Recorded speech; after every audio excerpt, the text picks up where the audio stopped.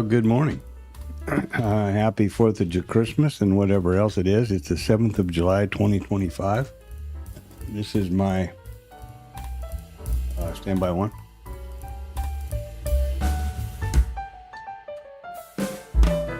This is my virtual trading journal. Quite an interesting holiday and weekend and whatever else stuff going on. Okay, I got all my screens happening here now, looks like. Okay, so that's good. All right. Well, this is not for financial or trade advice. There's a description in the a disclaimer in the description here. Again, the purpose of this is my virtual trading journal, and hopefully it could help someone. That's great. Interact, please. If you come through, all the times here are, all the times here are Central Standard Time. And the concept behind this is that I don't multitask well. So rather than screen snapping and typing and doing all the things required to keep up a journal during the trading day, which, first of all, I think it's important to have a journal, very definitely. I use this method, so it captures everything I'm seeing on the video, and then my narration here gives some indication as to what I was thinking. Also, it provides the ultimate transparency and accountability, because no trades are taken on this account off stream, and everything is recorded very cleanly and very plainly by Bookmap and IRT as far as order entry, break-even lines, stops, brackets, targets, all those things, and they are all recorded for on the capture of the recording of the trading session, and also on YouTube. So another reason I stream to YouTube is the fact that I can review these streams on any device. So that makes it pretty handy. Okay, I'm not monetized by this in any way, so please smack a thumbs up and subscribe. I start streaming every morning at 8 o'clock for the pre-market, as for now. And then we move on reports and then pre-market. And then I stream all day until 1500, which is the cash close. The idea behind that is again, my commitment is to not take any trades off stream, and whether I'm not, continually talking and whatnot all day long, I don't want to leave the office or whatever, come back in and see a trade setting up and then not be able to take it, because I don't want to violate my commitment. So that's why the stream is 7 hours every day. There you go. All right.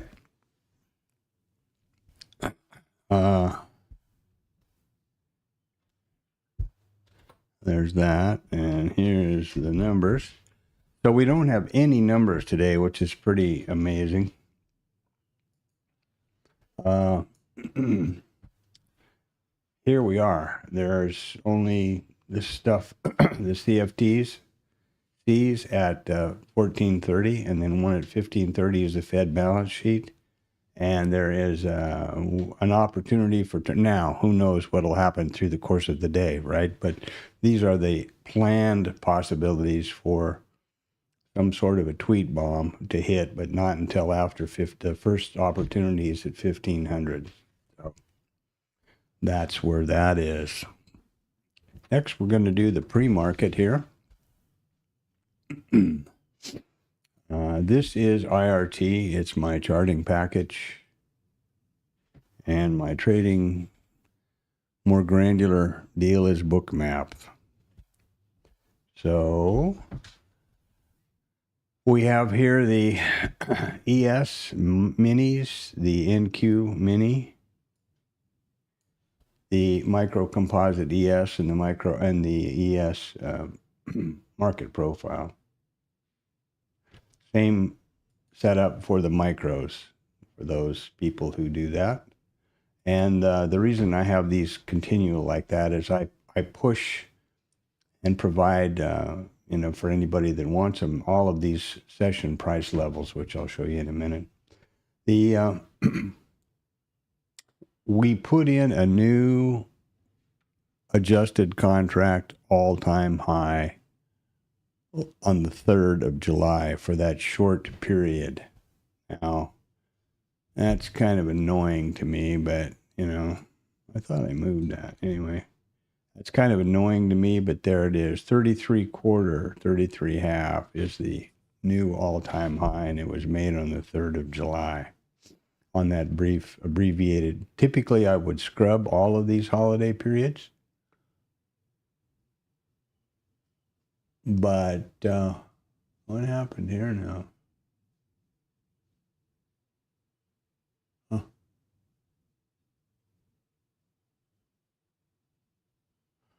Typically, I would scrub those, but I didn't because of the all-time high. And then this after, since we opened yesterday evening, pretty much flat. We will be looking to open, if you think about it, in the morning, lower in range.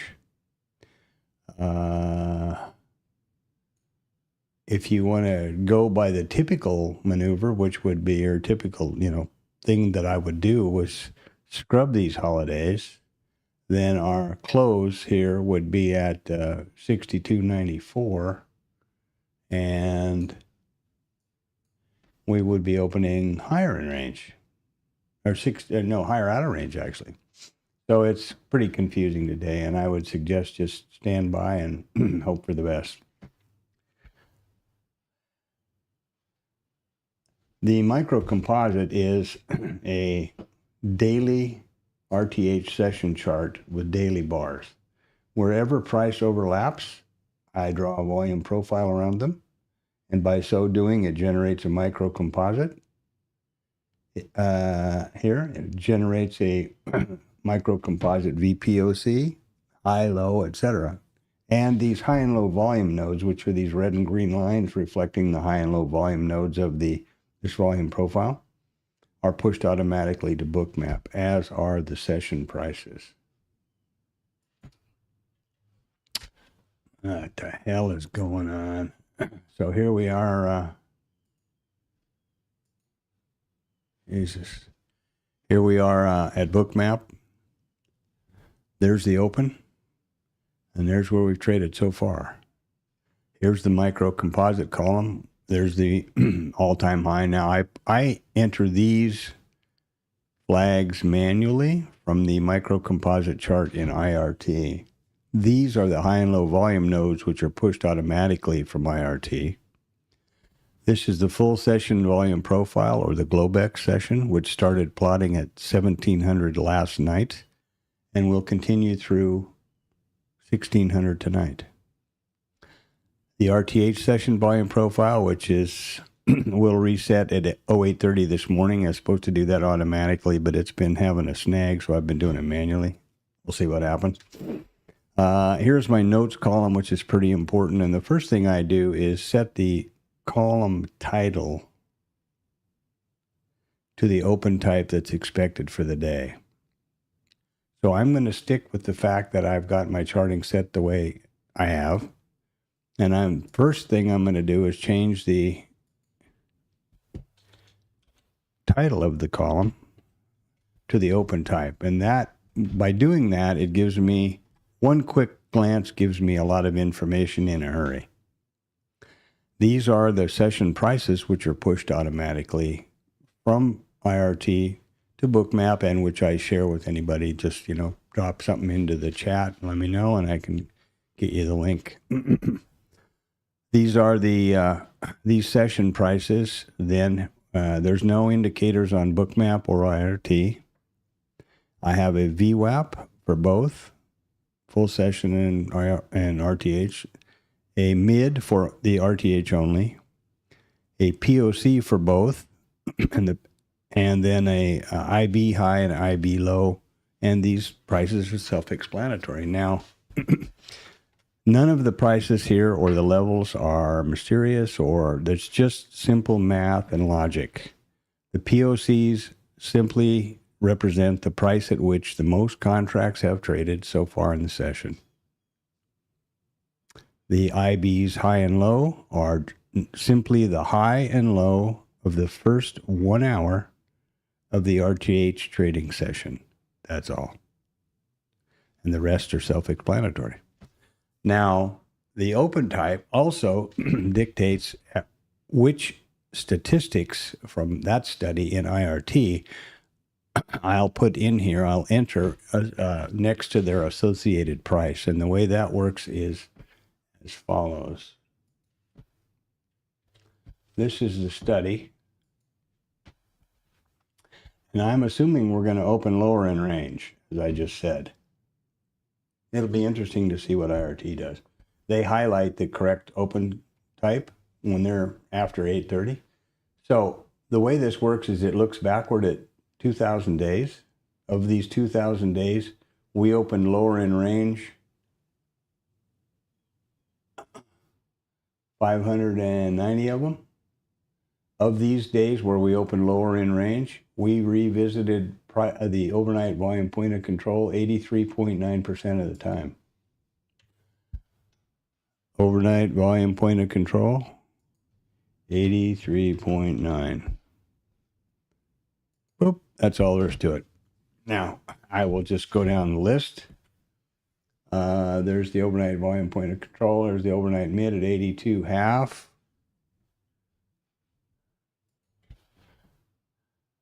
Going on here? This looks funny. I don't know why. Overnight mid, wherever that went, is right there. Oh, that's the low. What am I doing? Where's the overnight mid? There we go. Overnight mid is 82.5. And so on and so on. I'll be right back.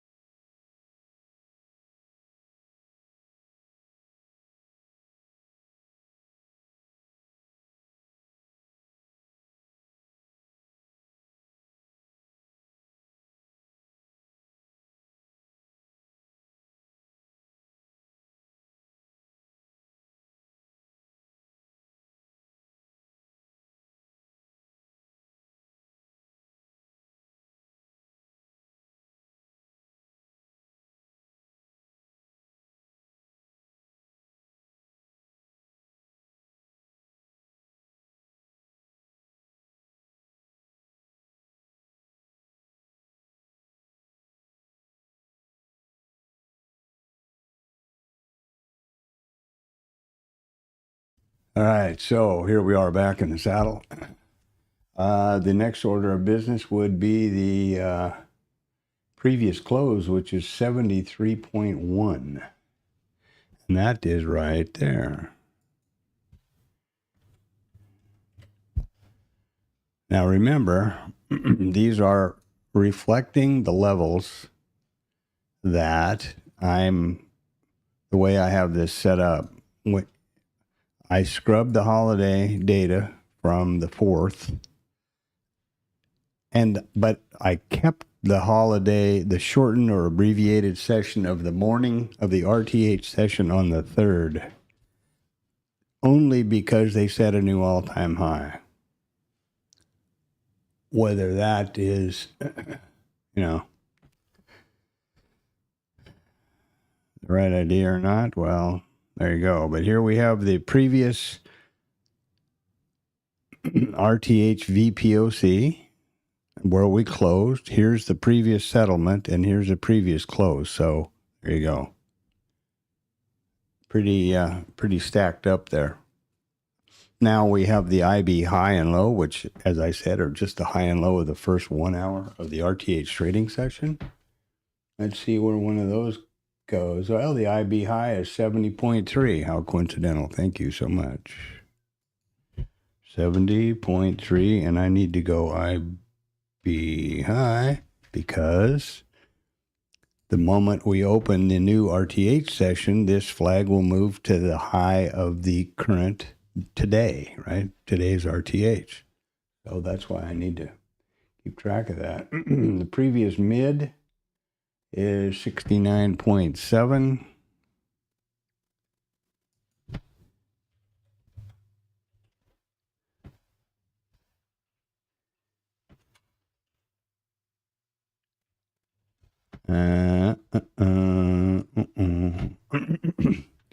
What else we got floating around over here? Value area low, POC 68.6.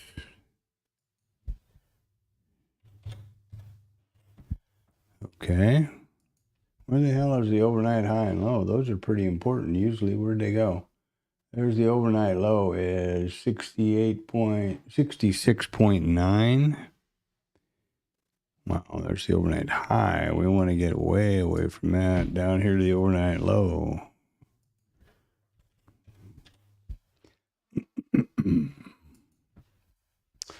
What else do we have? Previous low. Look at that.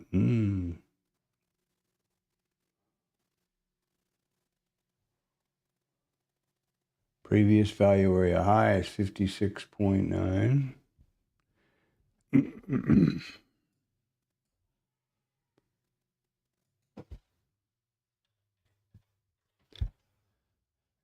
It'll be interesting to see how any of these levels play out. I typically never keep abbreviated holidays in my data, as I have said a couple of 3 times so far, but I've done it because of that overnight high, 51.9. I think I got that in there, didn't I? And this didn't work out very good. There we go. Previous low is 51.7.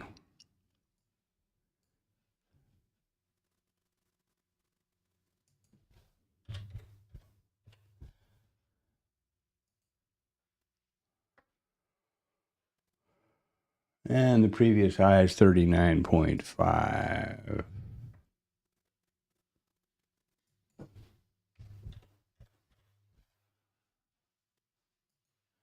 And I want the overnight high here. Where'd that go? Why won't it come to me here?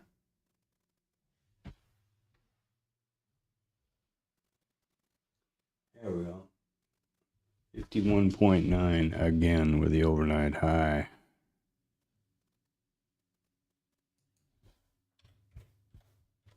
Now, these are not hard and fast lines in the sand. These are statistics. The number of times this price level was revisited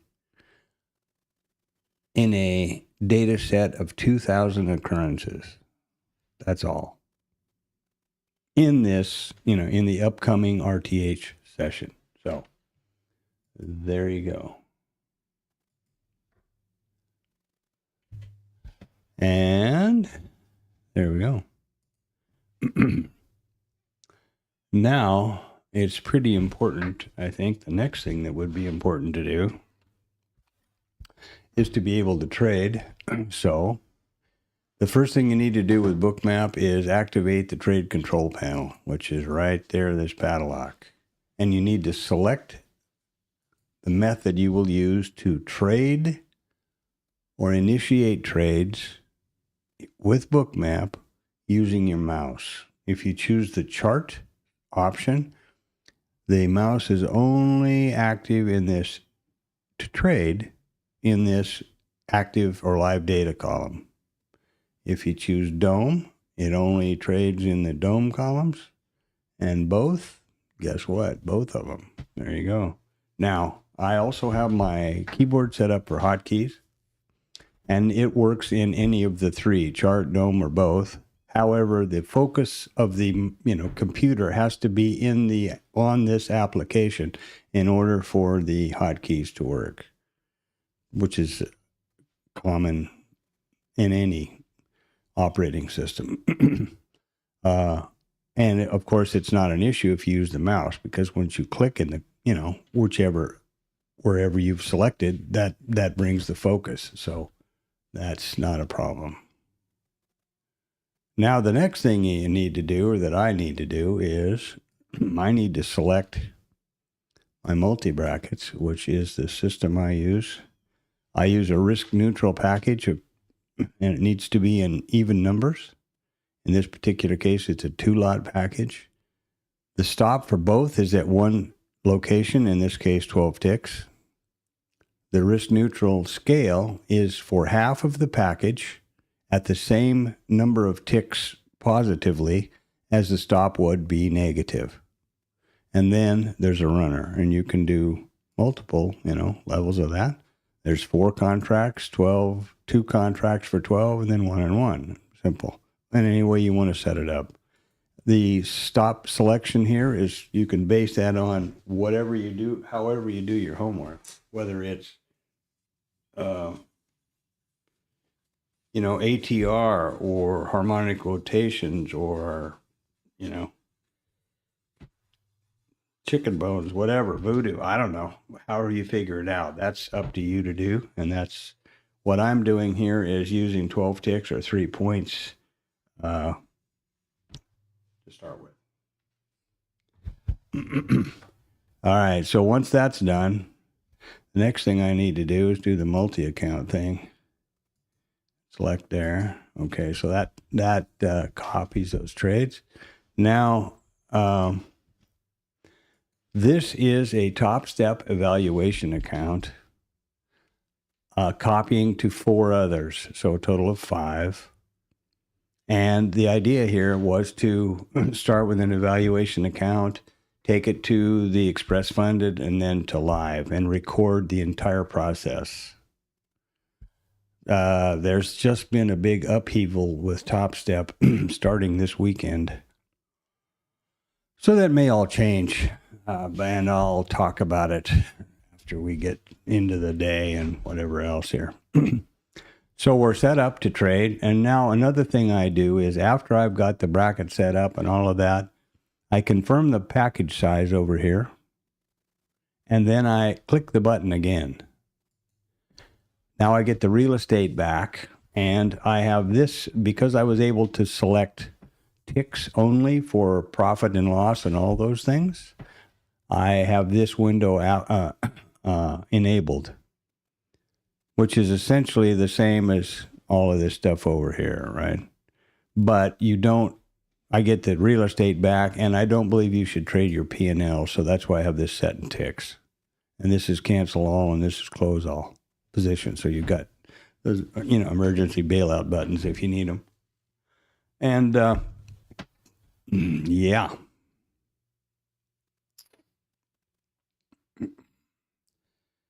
Okay. And the next thing we'll do here, and I'm late to do that, is the TLab snap.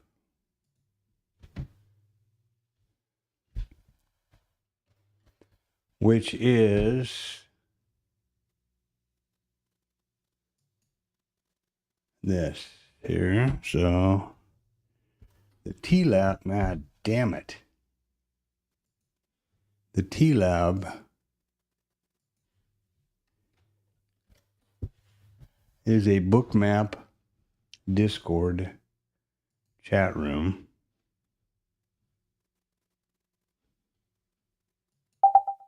A bookmap Discord chat room called the Traders Lab. And it was started by a guy named Tom B. Hold on a minute. Who's a professional trader, I believe. He doesn't trade live, and he doesn't call trades. So, when he doesn't, post audited statements or any of that stuff. So, but I believe that what he says is the truth, and he's been trading for 46 years. Probably one of the main things that drew me, or that the reason I stuck at the Traders Lab, was because absolutely nothing is for sale. You're not solicited for anything, including to subscribe to Bookmap. Now, it's a Bookmap Discord chat room, so it's their marketing tool, right? But even they are polite enough not to solicit you in the Traders Lab, to solicit you to subscribe. I don't make the recommendation for any of the other Bookmap Discord areas because I've only been to 2 others, and they were as expected. Third word out of the guy's mouth was trying to sell you something, So, and that's fine. That's completely fine. And if Bookmap wants to support that, that's also fine. But it's not something that interests me. And the TLab is not that way. And there's also a good crew of people in there that, Rod, Ned, Lefty, Antonio, and Didn't Matter, and a bunch of other people who take trading seriously as a business, and it's not like Romper Room. So there's a link to the description to the Bookmap Discord server in the description here, and you obviously have to join the Bookmap Discord server in order to get to that room. And then once you've joined that, go to the Traders Lab Tom B, and there you go. All right, so there is, I think, pretty much all of the pre-market. We're going to open here at some point. I'm real curious to see what the hell happens with the market, to be honest with you. And what they do around this all-time high and all those kind of things. I'll be right back.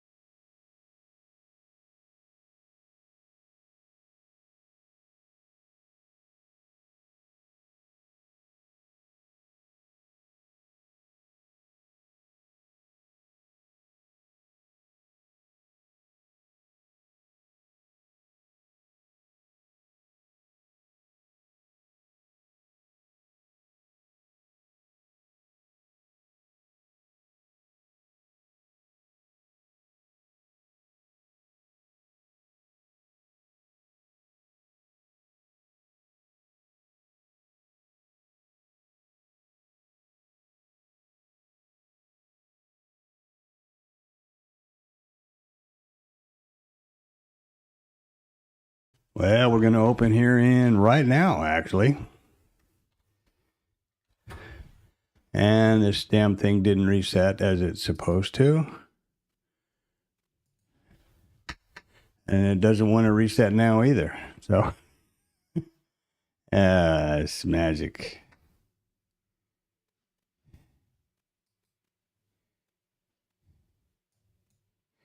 I don't know what the hell's wrong with it. It's got to be something to do with the software. I don't know. I'd say the machine is more than enough. Has more than enough horsepower to do this. So, yeah, what are you going to do? Very disappointing. Very disappointing. See how long it takes to reset. I guess I can do that.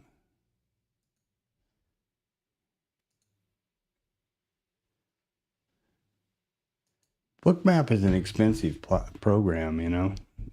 It's not cheap. So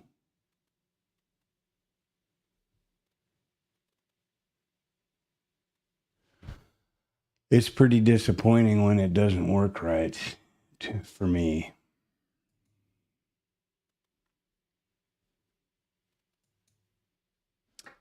And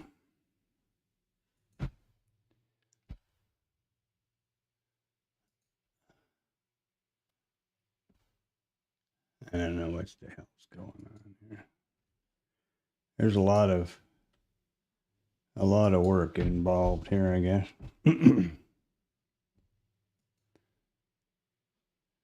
There's a hell of a lot of data moving through, that's for sure. Because, you know, the lags up here are substantial. What I'm doing here is setting my resetting my IRT to the RTH session only, which will then maintain the integrity of the value areas high and low. This thing is at 3 minutes now, and this stupid son of a bitch still hasn't reset. Jesus, that's frustrating. And now I find that if I do that, and then I go down here and do this, well, then it is in the right place. Now it's not, because the IB low needs to be here. IB high is okay. This is so frustrating. And here's our open. This is something new I've tried to do. Is mark the open with this blue vertical line and then keep the entire session in view that day. So here we got the IB low, the IB high. We're in the first minute, 2 minutes, 3 minutes of the session. I've been trying to do an IB or the opening range trade, but it's too many moving parts here for me to get with Bookmap. Now we're still, well, the IB low would have been in the second extension down. And another thing that I do is track and continue to do this all day, which is flag the volume points of control, migrating volume point of control. The idea of doing that, the yellow brick road here will plot the entire day, no question, but it'll scroll off the left of the screen. So my idea is to see all the data that I think is important to trade here on the hard right edge. That's where that comes from. And if you're in the chat or coming through, drop a thumbs up and subscribe if you could. That'd be great. I'm only in it for the likes and subs, so. And it would be nice to have, drop something in the chat so I know who's around. Be nice to get a more fleshed out community. And that'd be kind of nice to get some back and forth. Typically, Richard and Antonio and I are busy with it.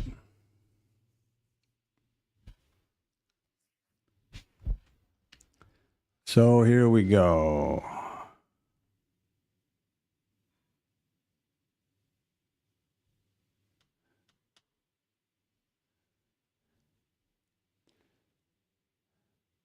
Again, the all-time high at 63.33 quarter.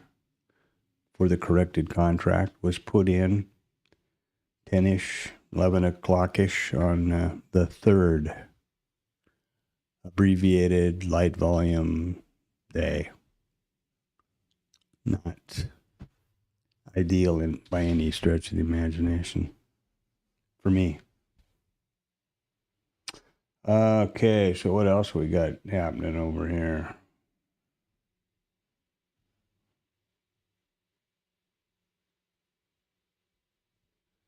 Quite a lot of movement on the NQ and not so much on the ES. Oh.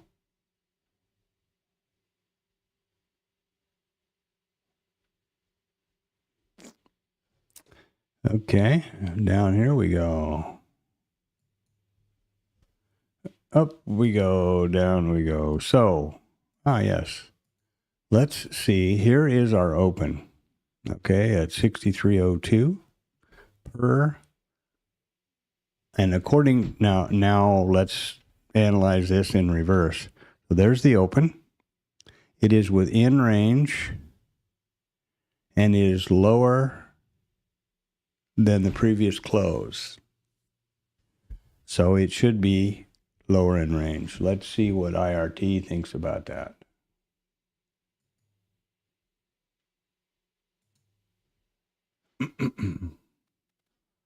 And it has not updated yet. I don't know when that happens actually. What I'm looking for is here at some point, and I'm not sure just when, IRT will highlight the correct open type in blue as it did here from would have been the 3rd. All right, so I think I've done everything I need to do here. Boy, this thing is just dragging something fierce. What are we doing here? We've got some contracts trading. We're lower percent change across the board. Not by much, but by some. And here we are. This is the ES. This is the NQ. Micro composite and the market profile. So we're in range here, but this gap up from the 2nd to the 3rd is still in play.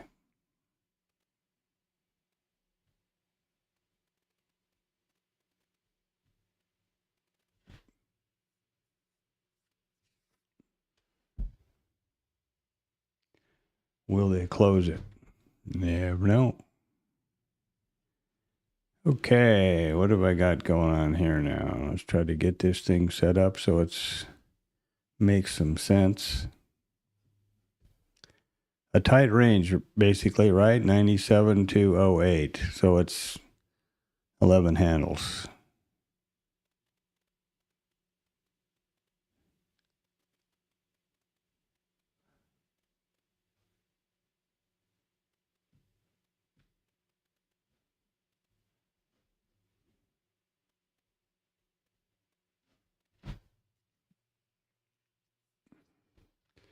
$11 handles. Just jumping around.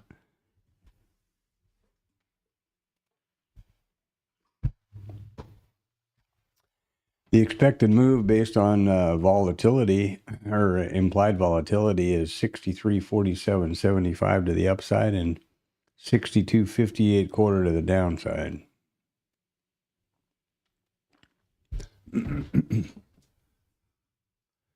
What am I doing here? I need to get rid of that.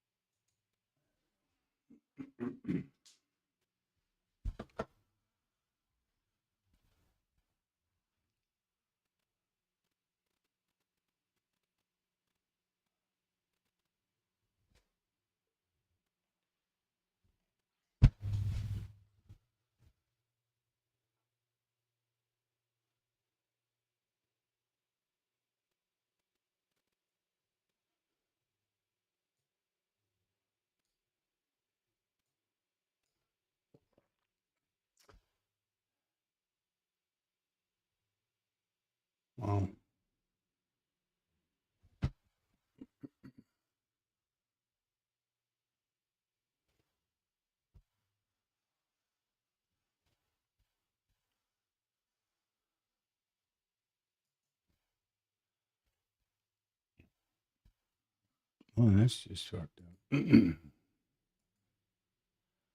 I don't know why that's doing that, but that's not very good all of a sudden.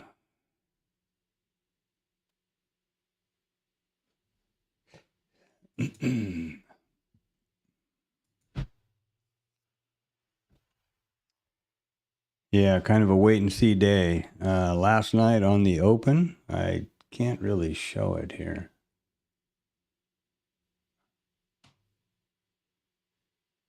I took out like on the TopStep X, which is a whole other account, and is kind of a fun thing that I do sometimes, experimental or whatever, not part of the stream or any of the account involved here with the stream, but I typically do have it visible.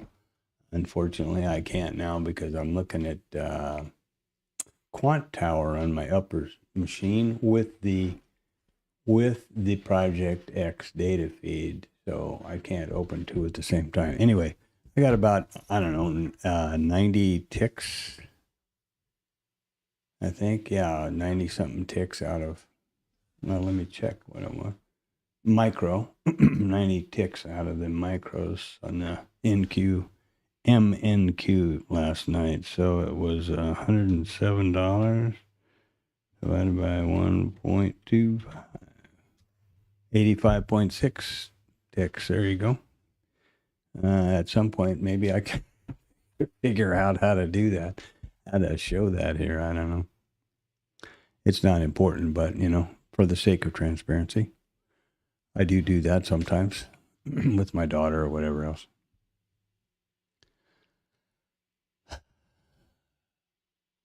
So here we have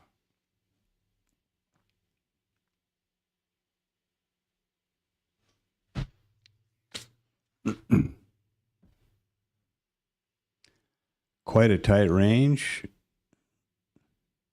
A couple of epoch migrations back and forth and up and down like a corkscrew.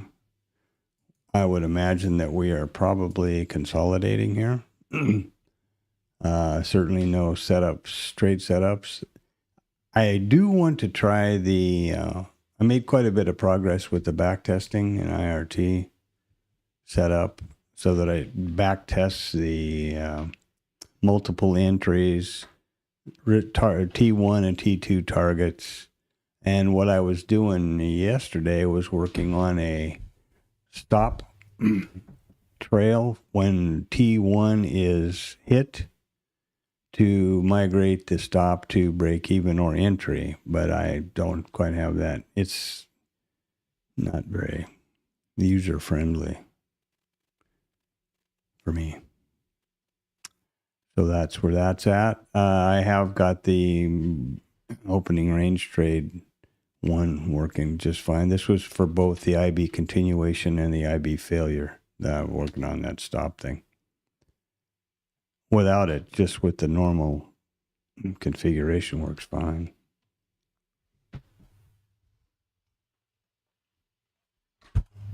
And then once you have those risk management and trade management elements established, then you need to then the focus can be on the triggers, right?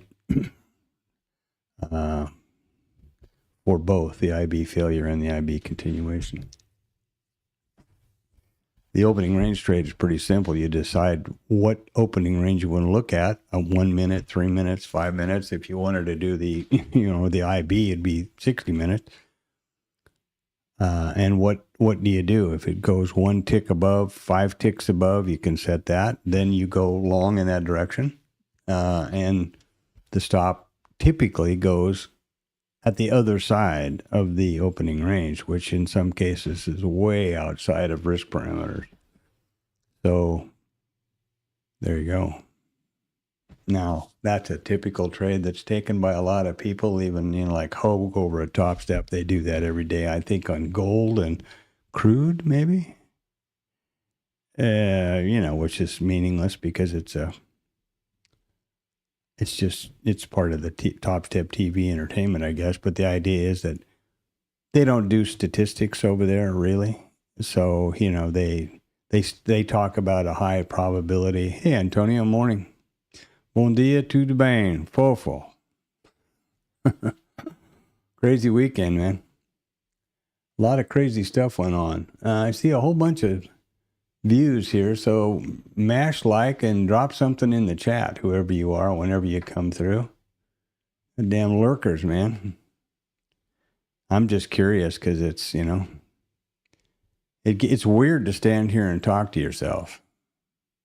I gotta say, it's a weird experience. Never did that before. Never been a radio host. The anchor man.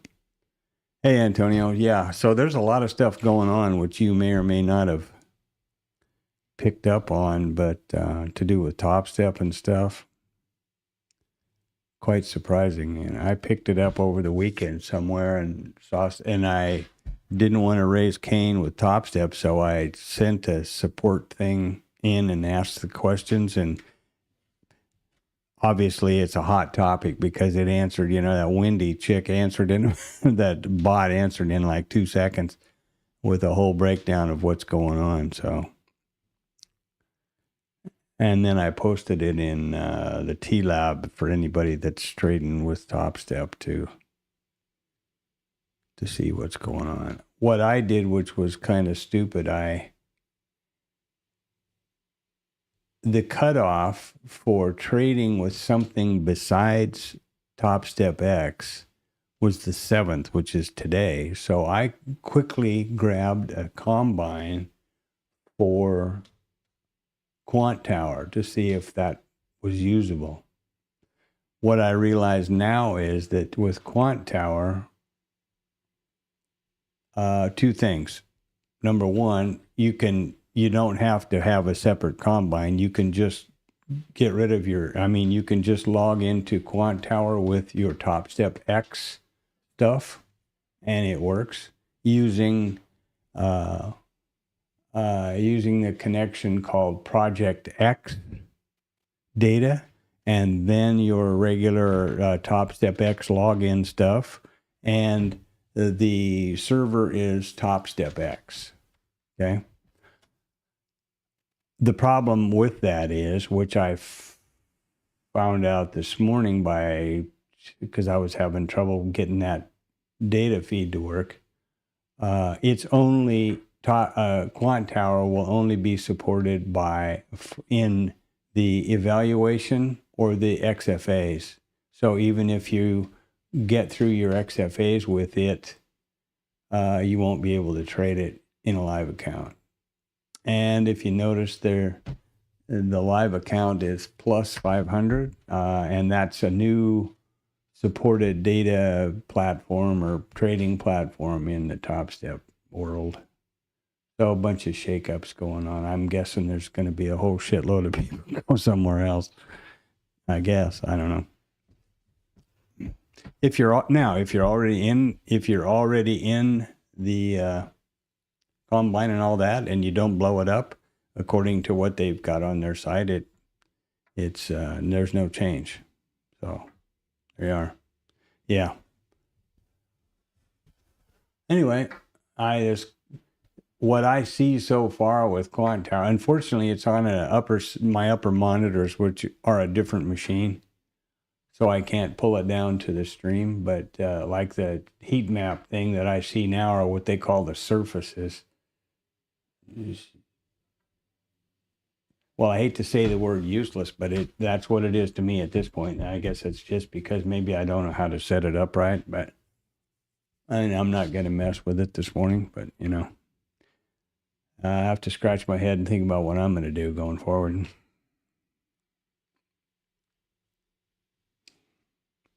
Wasn't something I was looking forward to seeing, I'll tell you that.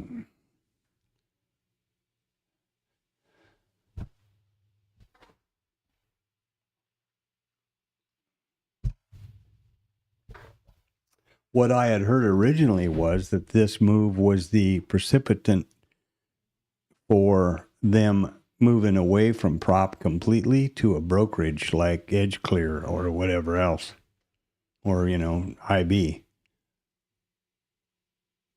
and being an introducing broker for plus 500.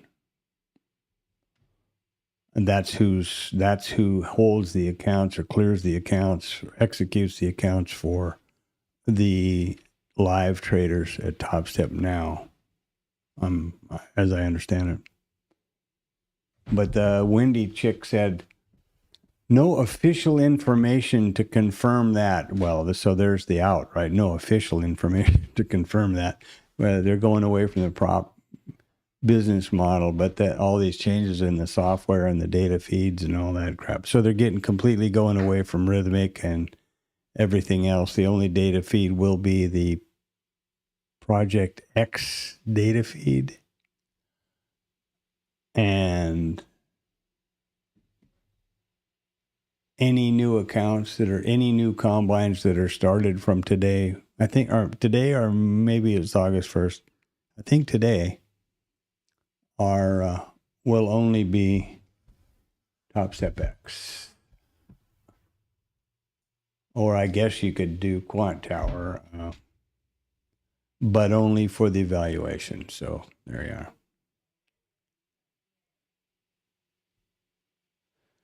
Okay. 850, pretty tight range today. That I left the data so because we put in that all-time high on the morning of the 3rd.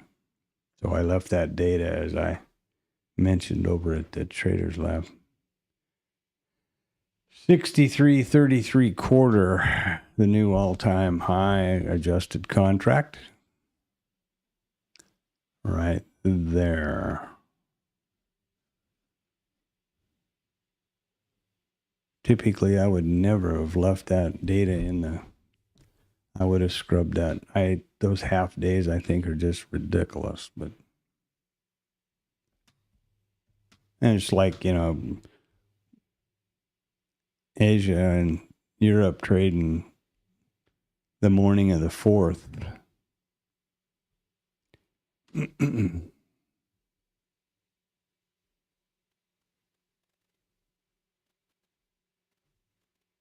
Or anybody, I guess, electronic, I guess you could do it from here too, but, the market's typically closed on for the likes of, TopStep and those guys, I think. So here we are. Got a little sweepy poo up there, a little stop run of 398 cars for 15 orders to 6310. High volume node. I'm sorry, low volume node in the micro composite. And now what? Who knows? I don't know.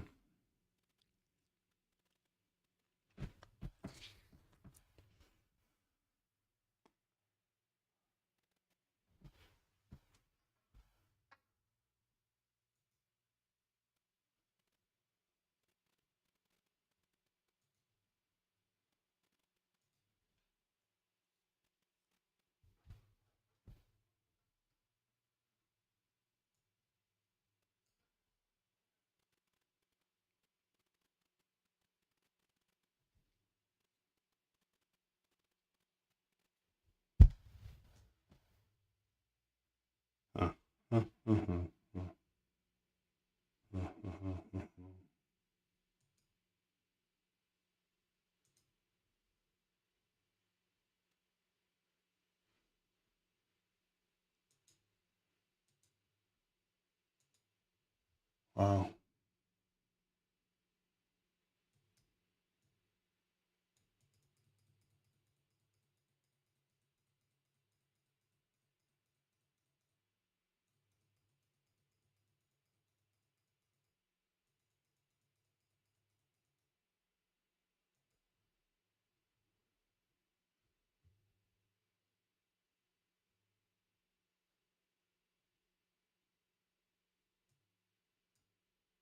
I don't see anything to do with the dome levels here.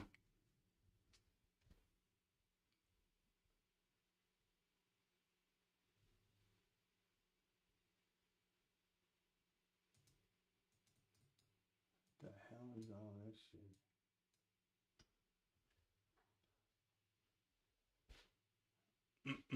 Hmm.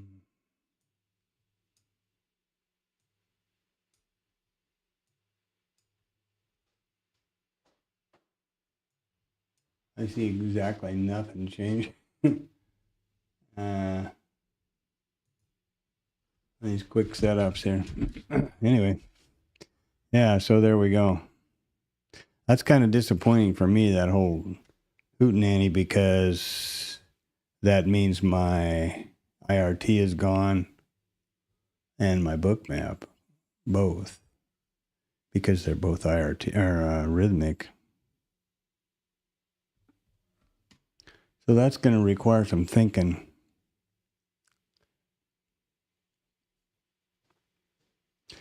Obviously, that's to do with book map and, I mean with TopStep.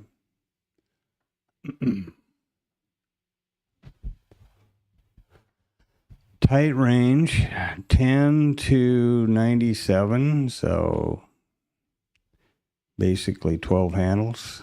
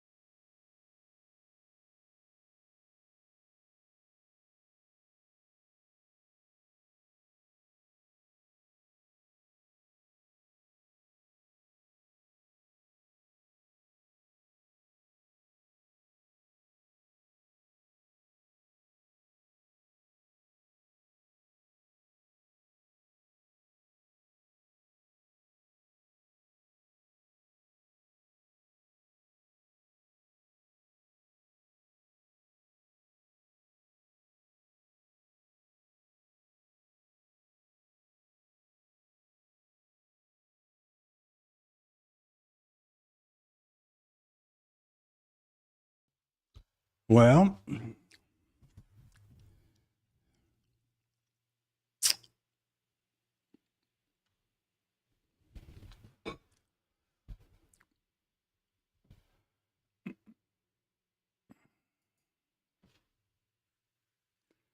we're 93% volume so far for the day. I got about mode 21 up rotations and down 24. We're delta divergence. The holidays, this is all messed up now.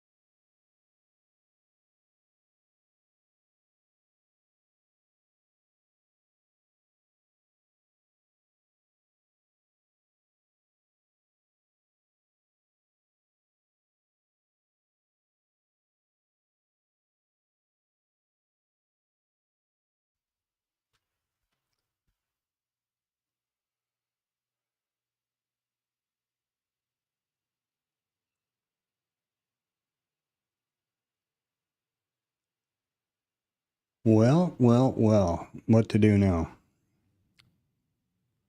I'm kind of disappointed with the thought of having to start over with all the way I've got this stuff set up. That's pretty disappointing. Of course, if you don't blow up the account and you get the XFA and then on to the live funded account, according to the latest thing I saw over on TopStep, that's all not going to change. So, I guess that's quite a bit.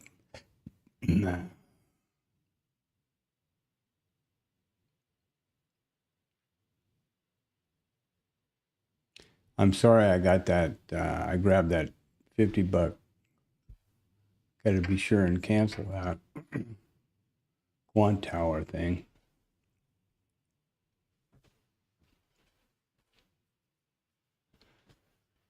Not necessary.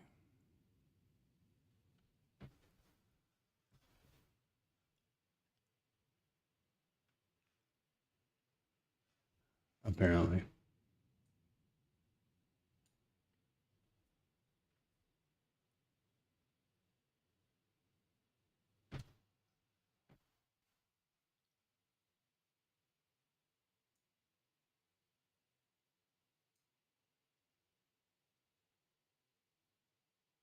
That doesn't make sense.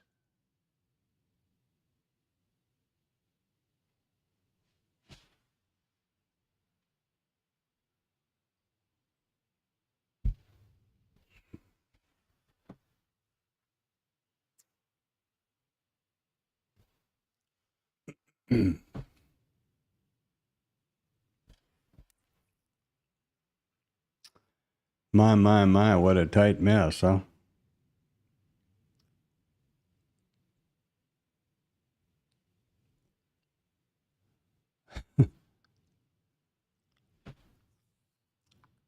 Having said that, of course, if you're a fast mean reversion scalping kind of trader, you're getting 4 or 5 handles both directions here in the last little while.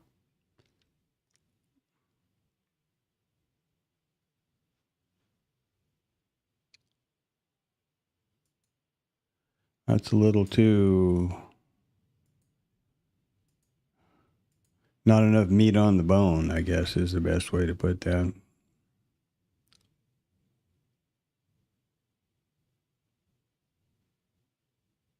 What the hell have we done here? Well, the overnight volume point of control, yeah, no question there.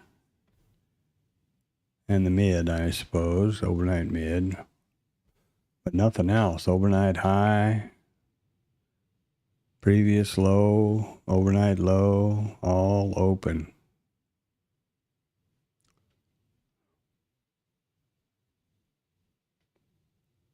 No real news on the horizon.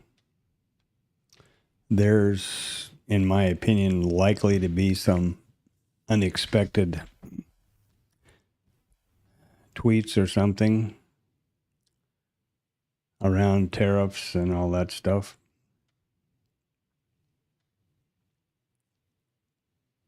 No scheduled news today.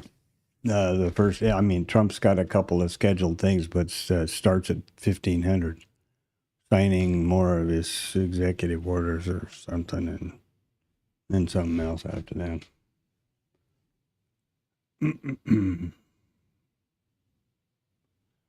So, yeah. What have I got going on here? Narrating the potential. Oh, boy, we got a bunch of... Everybody's doing something over here now.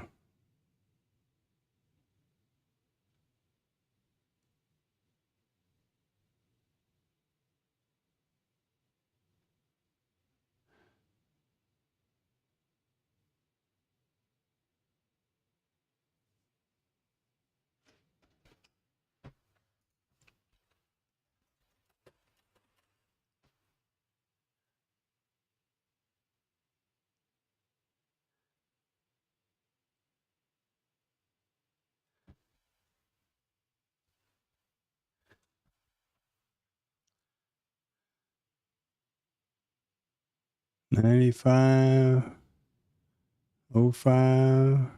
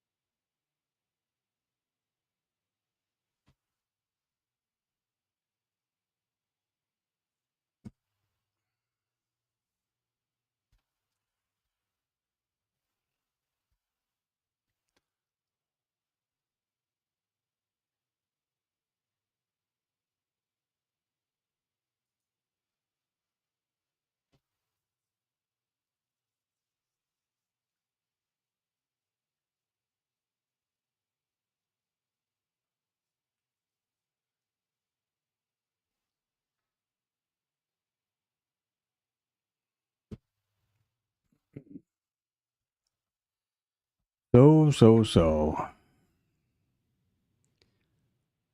Lots of stuff to think about here today, I guess.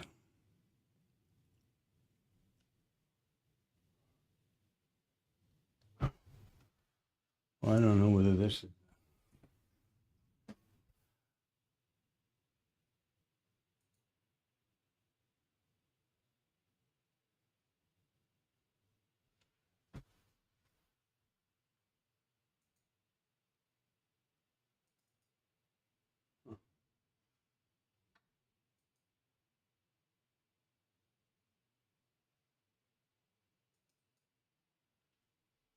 That's pretty weird.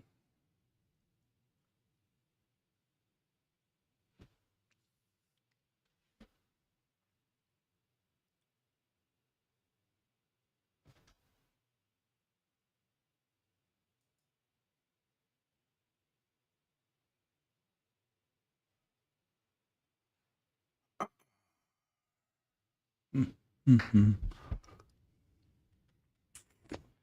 Pretty quiet everywhere. Harry and Rod are going golfing.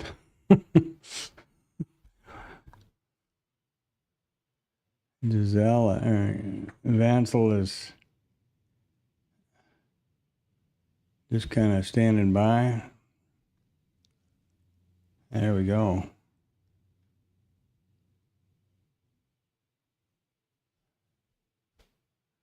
What's the TLab up to today? Let's see here.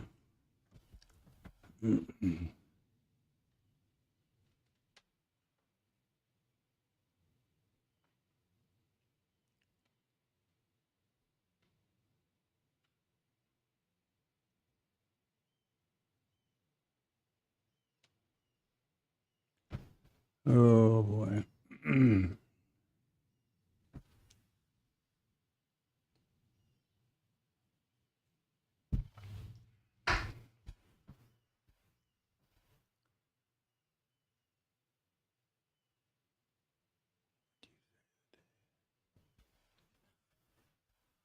Hey, Richard. Happy Monday. It's Monday, isn't it? Yeah. Yeah, I guess it is.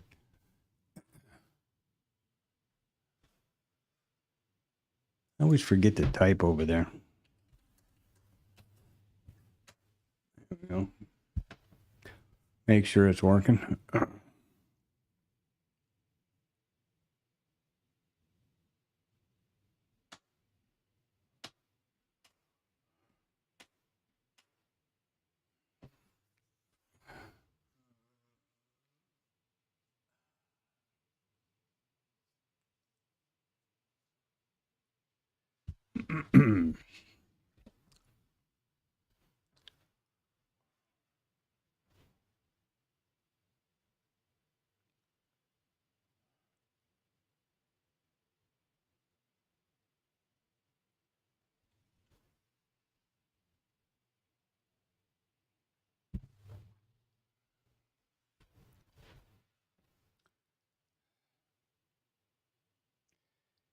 I'm just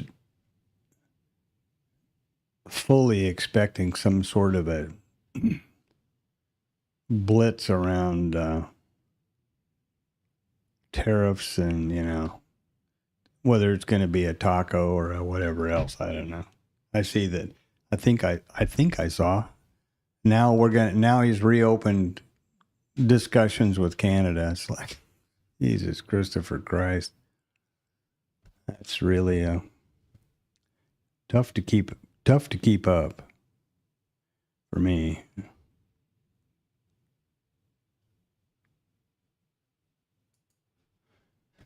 And I think that might be part of the entire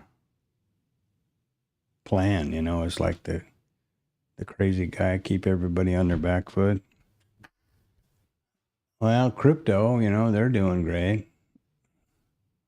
So I guess everybody that's, doing something illegal is having a ball. Nothing today, except these are all potential tweet bombs, but after 1500. So there's that. tomorrow we got the notes, consumer credit, so that's going to be some stuff to watch out for.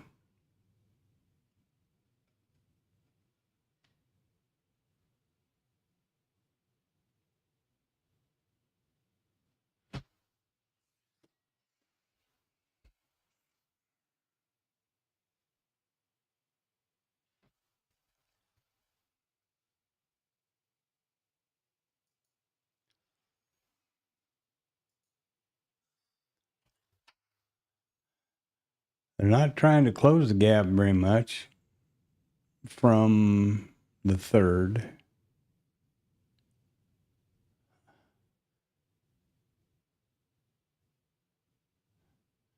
Now, this is RTH only, right? So the overnight between the second and the third is not in here. The overnight of the third trading day for the third is not in here. And I only left this partial day, which I really don't like doing because of the all-time high for the adjusted contract, 33 quarter.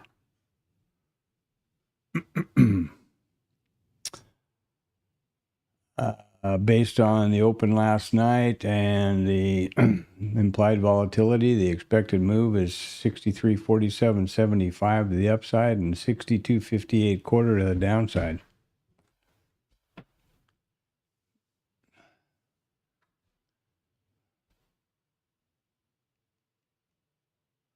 How about this? What do we got for these guys?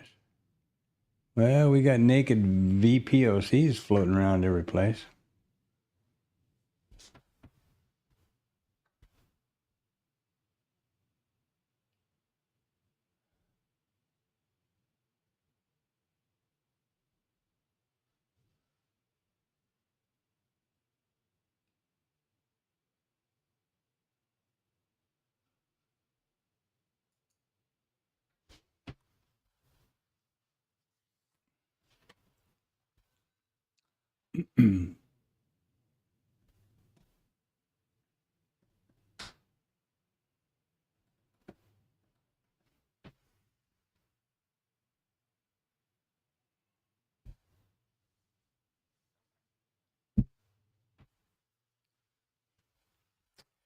And we're fast approaching that IB statistic.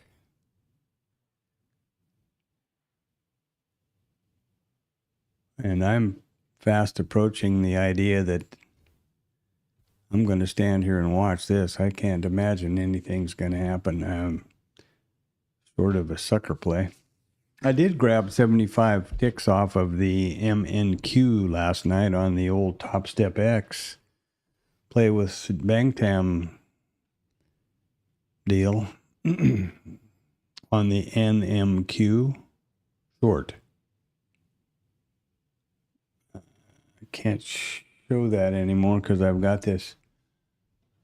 I have this quant tower running on my upper machine, logged into the TopStep X account, which is the way they say to do it now.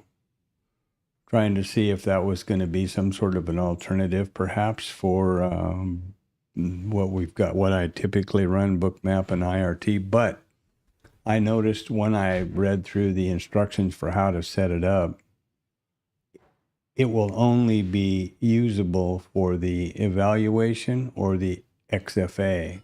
So assuming you move on to live, which is, of course, the goal, then you got to switch it off. So I don't see any reason why I would want to get used to that.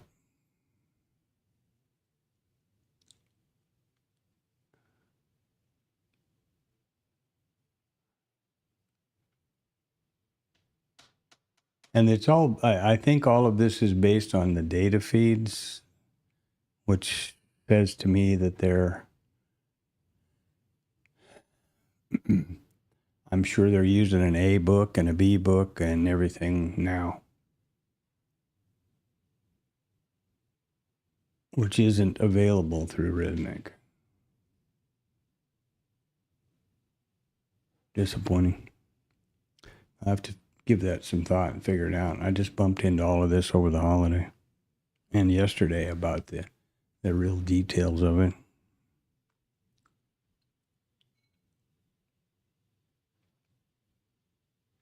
Now, in your case, Antonio, and maybe Richard too, if you're trading with your account on IB, you don't care.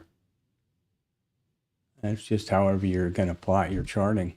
In my case, that's trying to do this thing with, taking the top step of L through the entire process and then using Bookmap and IRT, and I'm going to lose all of that because they don't work on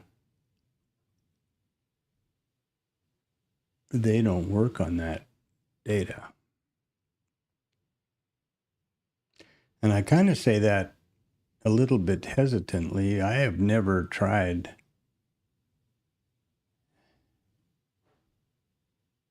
to hook up either one, especially IRT, to Project X data.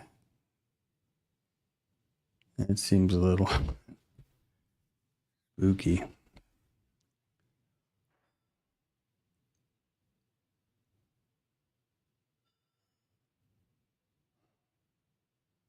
I don't know how you start a dome in the damn thing.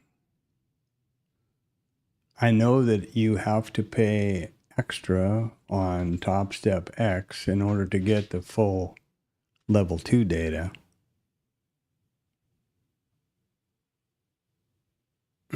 That part I do know. Well, I guess level 2 data is there. Whether it's MBO data and stuff or not, I don't know. That would have a pretty big effect on Bookmap. Not so much IRT.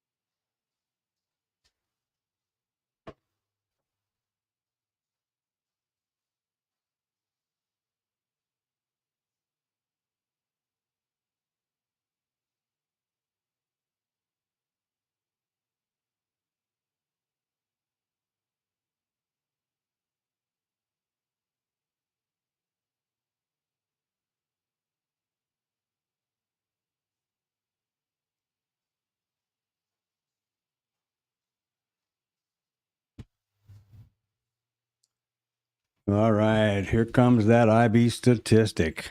Oh boy, oh boy.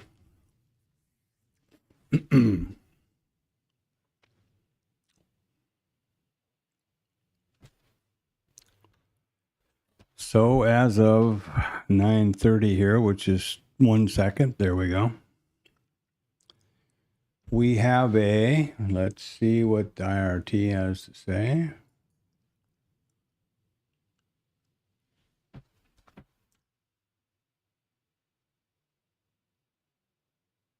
There's a 97.5% probability that we will take out that price in the balance of the RTH session here will take out the IB high or low in the remainder of the RTH trading session.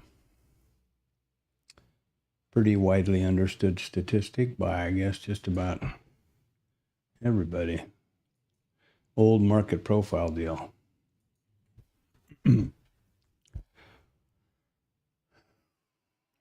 Given this opportunity or this range and everything, I'd be pretty hard pressed to not be looking for an IB or an IB failure, which would be the go-to trade in a balanced rotational environment, and this is very definitely that. We do have these two statistics below us. So we've got the IB low, previous low, and the overnight low all down here. One would be pretty hard pressed to imagine those don't get taken out. We'll see.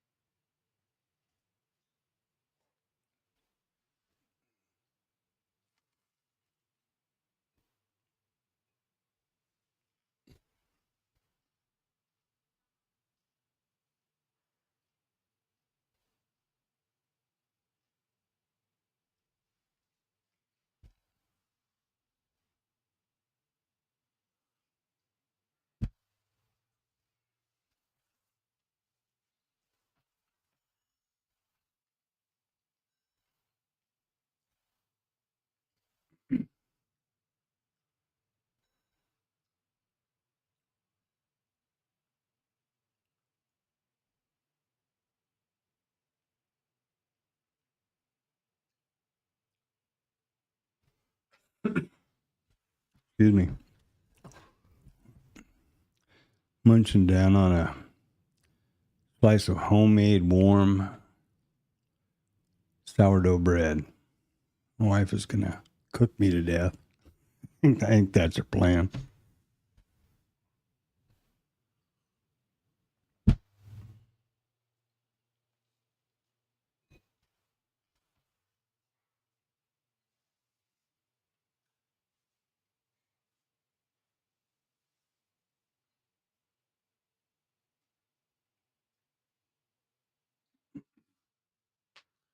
Barring any big jar, I guess the idea would be that we're going to punch through these levels to this liquidity living down here of 155 at 90. And then mean reversion would be the way up. Back.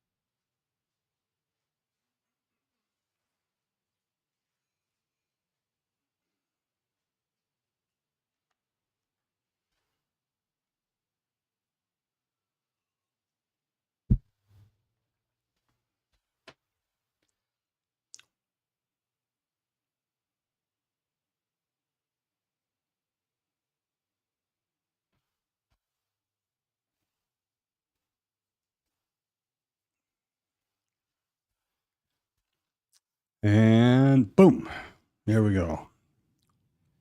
Take the stat, run the PN or the stuff down there, the levels, and then mean revert.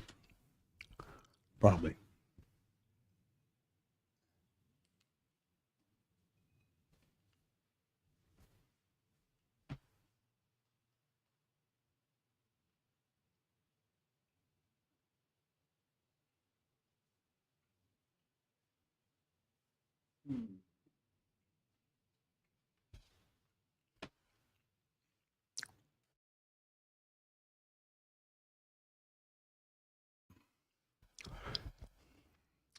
So the trades that I've been vetting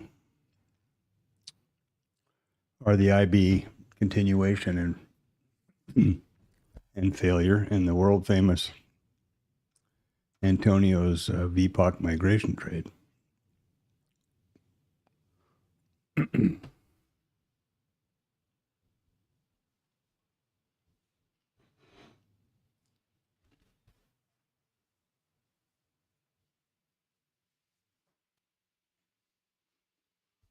Look at that. How cute, huh?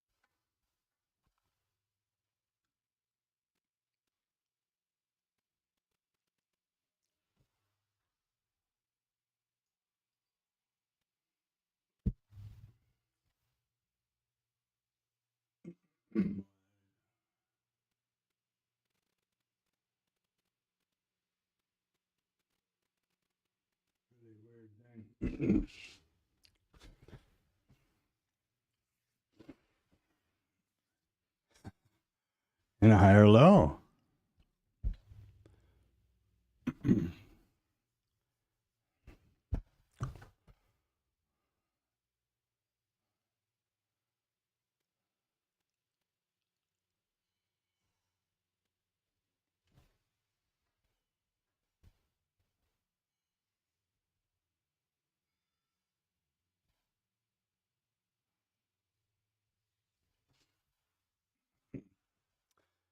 Be It would not be surprising if we went up and took out the IB statistic with the high.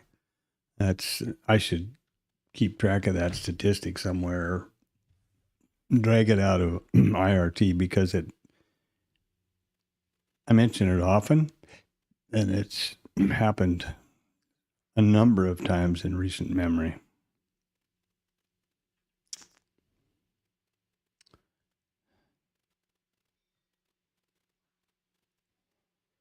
If you had to be real precise about the context so far today, you would, I would imagine, or I'd be leaning to context being down.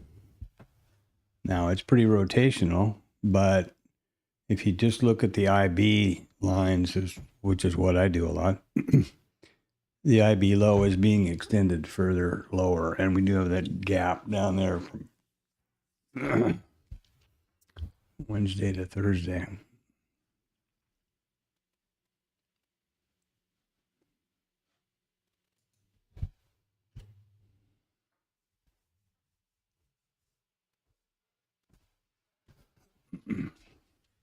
I'm pretty content to just sit here and watch this thing and do nothing today, to be honest with you.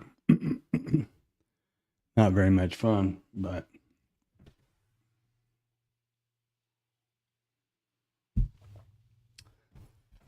that is the majority of your trading time, I believe. It certainly is mine.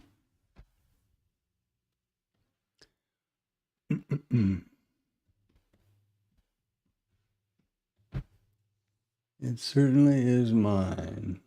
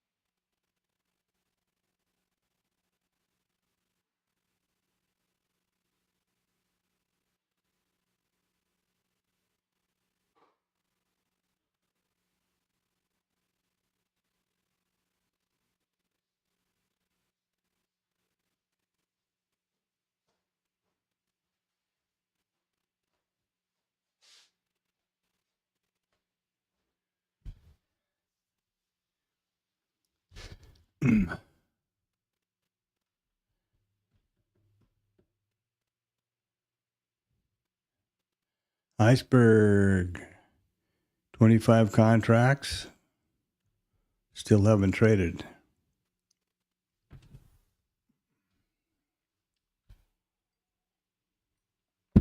I always have to remind myself that the statistic is greater than 97.5%, that one or the other of the IBs will be taken out, which means then that there's a 2.5% probability that neither IB high or low will be taken out. That's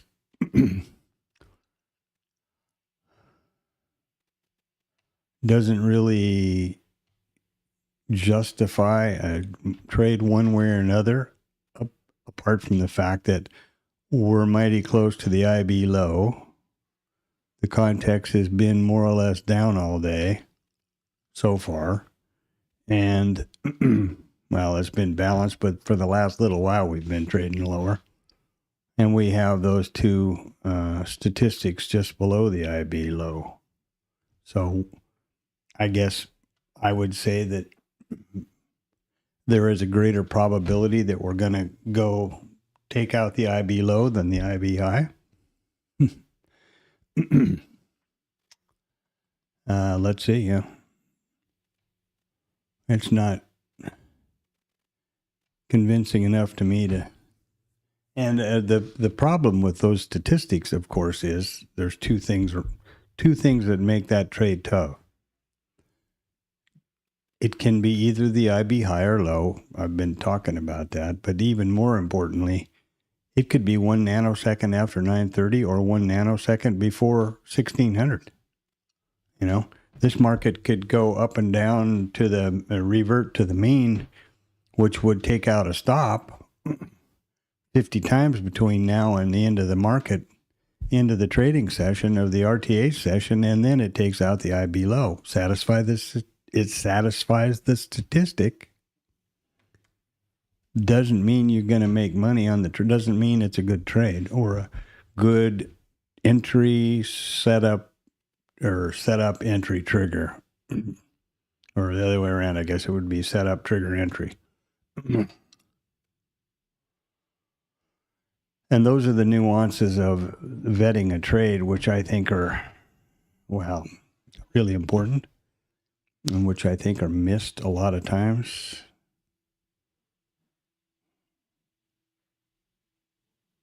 As we are looking like we want to take that out again. Here's a consolidation with a breakout and a retest. And is that a breakout and a retest? I guess so. It's higher than all these highs. Now, if they go down on the bottom side, they'll catch the stat.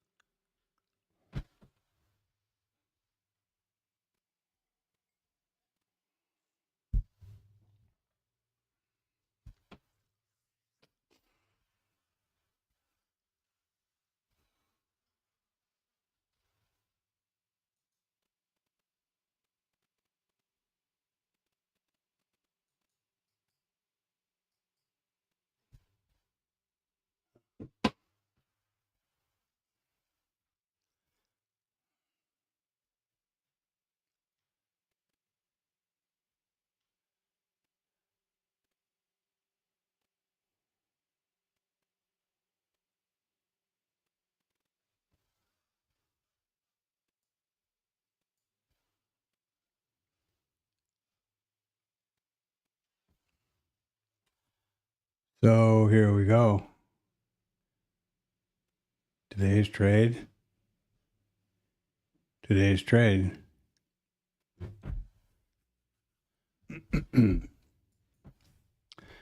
I'd say this is probably a really good day to do just exactly what Rod and Harry are up to, and that's go out and go golfing or something. I'm thinking about trying to pounce on Mama when she walks by the next time or something. Pet the cat. She's asleep, apparently. Had a tough weekend, I guess.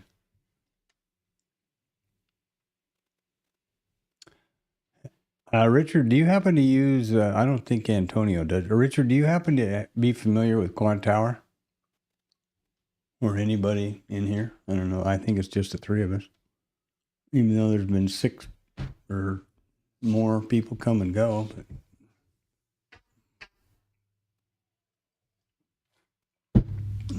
when I saw that story about TopStep, I thought I'd look into Quant Tower again as an alternative, perhaps to IRT and Bookmap. But boy, it doesn't look like. I don't see much promise at this point.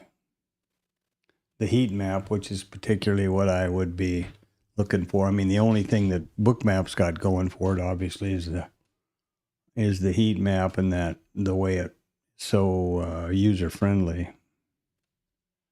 And that's not what I'm seeing over here. I have it running on an upper machine, one of my upper monitors, so I can't pull it into the stream.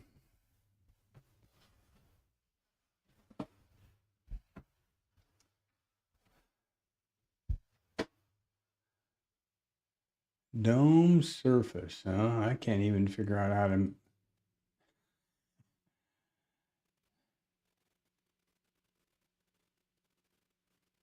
I can't even figure out how to go between full screen and back to where it was in the. There's a box thing over there that I thought would be it, but yeah, me too. Not in the mood to be learning something new here. What I would think was the obvious, full screen or back to the other screen button, which is on all of the windows, doesn't seem to do anything. So I don't know. I'm not going to mess with it now, that's for sure.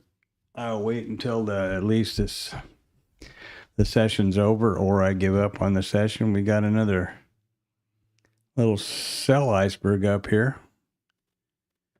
104 contracts with 3 orders. This Mr. Big Shot down here with 25 and 20 at 1 apiece. That's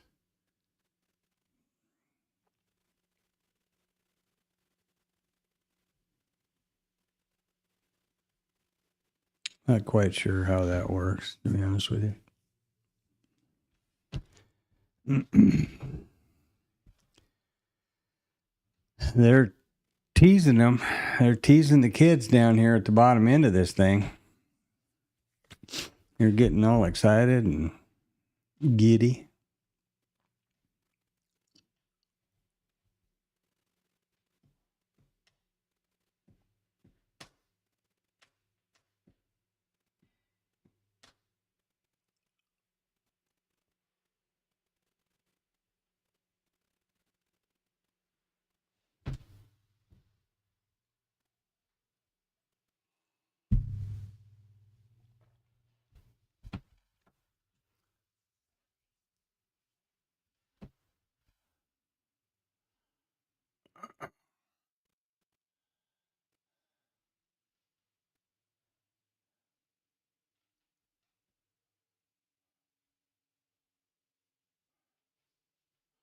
So that's 2 tests to the upside and back to the, if you want to go with this bar trade idea, which is when you have a consolidation, breakout and retest, breakout, retest, where's the downside?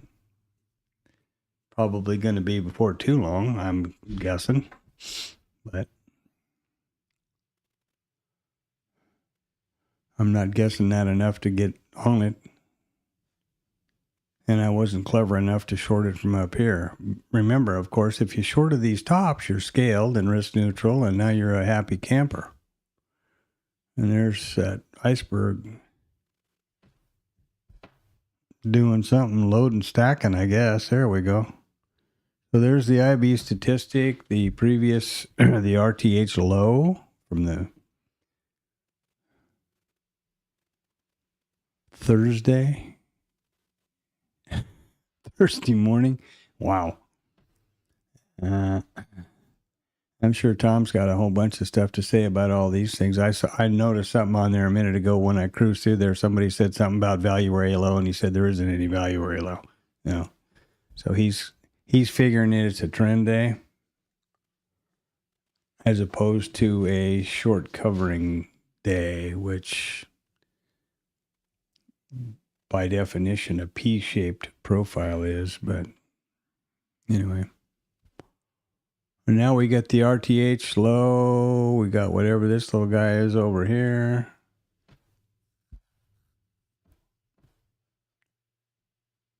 It's funny that on another one of my windows, these levels were showing 3 across, all 3, which is pretty handy because when they're covered up like this, I was thinking that was a, what it's doing here is stacking them, I guess.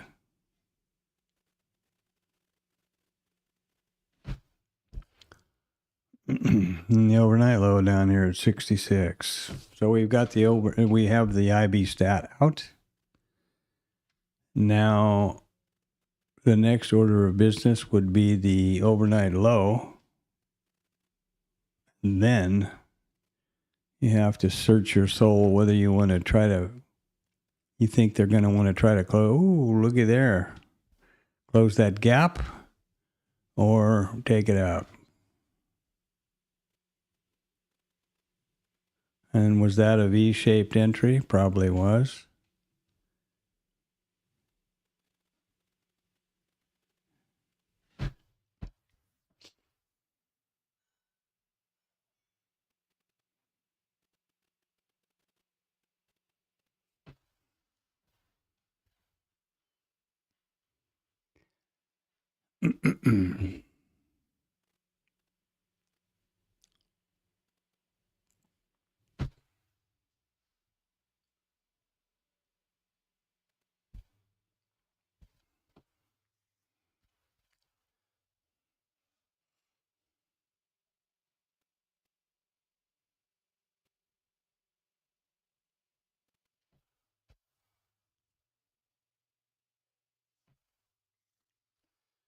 The V-shaped entry.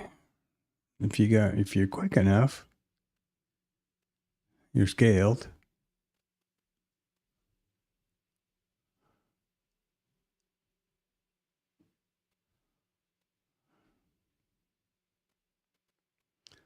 A little spooky to me because we're on the top of that gap.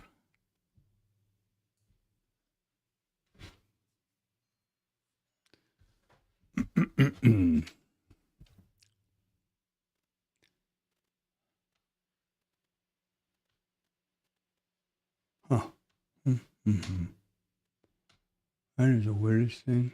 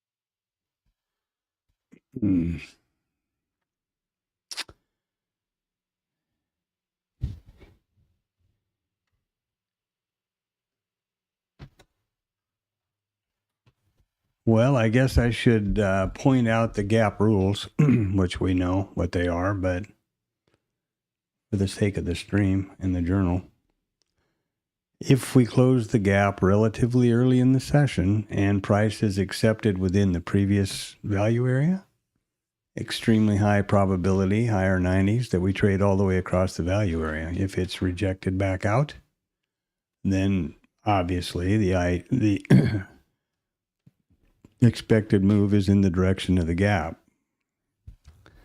This all presupposes the fact that we believe there's a gap. Now, let's look at this. Okay, here is the second RTH session. Here is the third RTH abbreviated session, which I left in because we put in a new all-time high. So by that definition, we have an RTH gap, which we've just gotten into the middle of. I'm assuming then that the gap rules are going to have something to do with it, and I will be thinking about that. And would give me pause to go long is mean reversion. That and the fact that by technical, by the definition, the context today is down. So that would limit me looking for shorts, which is pretty disappointing because that's something for whatever reason, is my preferred way to go. Now, also, if you're looking to mean revert down here, which is kind of probably the most likely idea, you're in an asymmetrical location. So you've had a couple of shorts that didn't get anywhere. You go short right, or you go long down here, you can have your stop one tick under these lows with the theory that if it does that, that's where the trade fails. And look for the mean reversion, which at this point would be the IB failure. By definition, that is a mean reversion trade. And I'm going to likely do neither. However, there's 20, there's 21, there's a scale, right?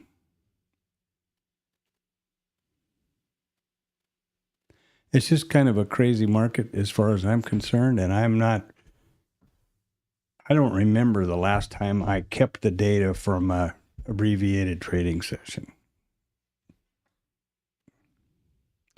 So that puts me off.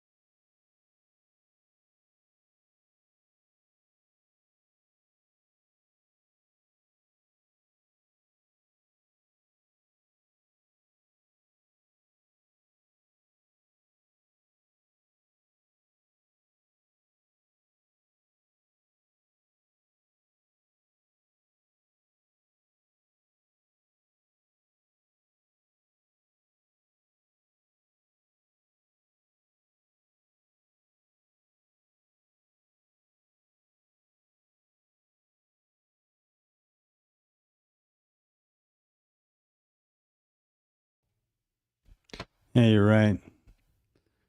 I didn't want to be chewing in your ear there. And what I'm saying here is it's just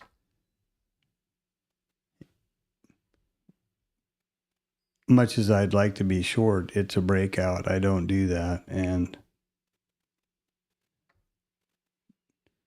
the context is down. So if you got on it somewhere up above, great. And I got to move that damn mixer somewhere closer where I can see that red light glowing at me. I don't usually mute it unless I'm going to be doing something that's be particularly obnoxious. More than my usual obnoxious level. Yeah. No news on the horizon. No potential tweets or anything that I can see.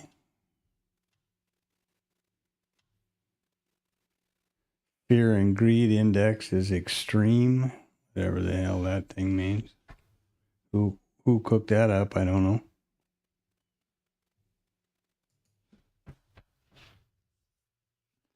But we are in just a gradual, slow grind down. Assuming how you looked at the last couple of sessions, we're getting awfully close to closing that. Well, awfully close. 7 handles from closing the gap.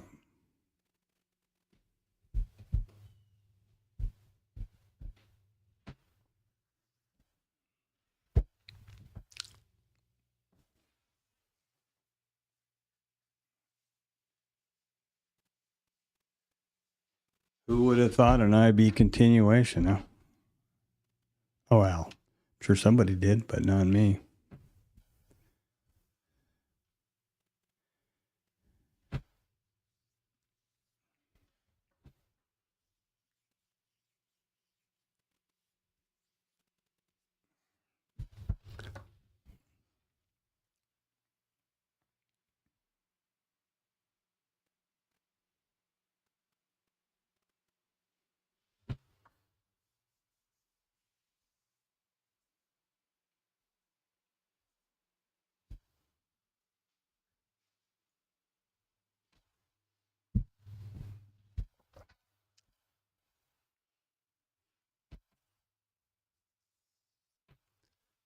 Yeah, I didn't do it.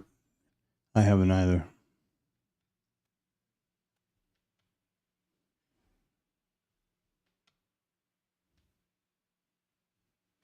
But if you look at it, it is definitely just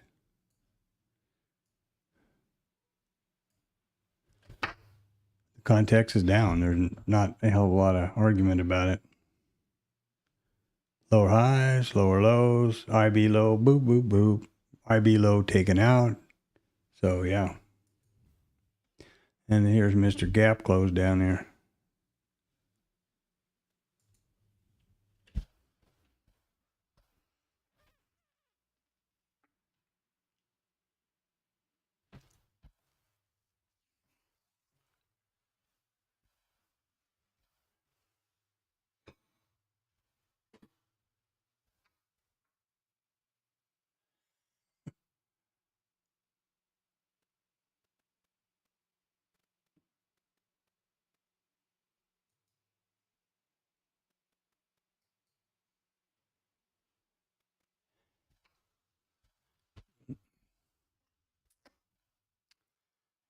These slow grinds, they're going to just keep doing this crap all the way down and close the gap, I guess.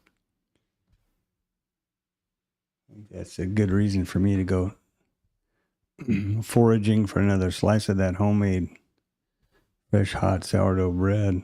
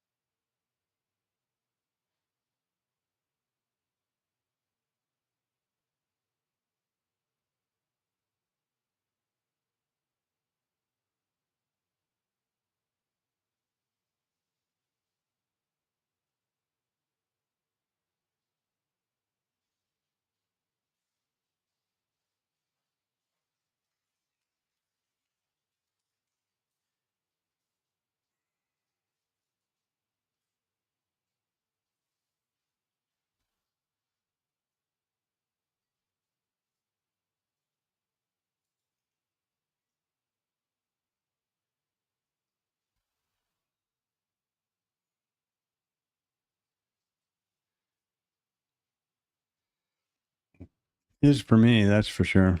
Antonio.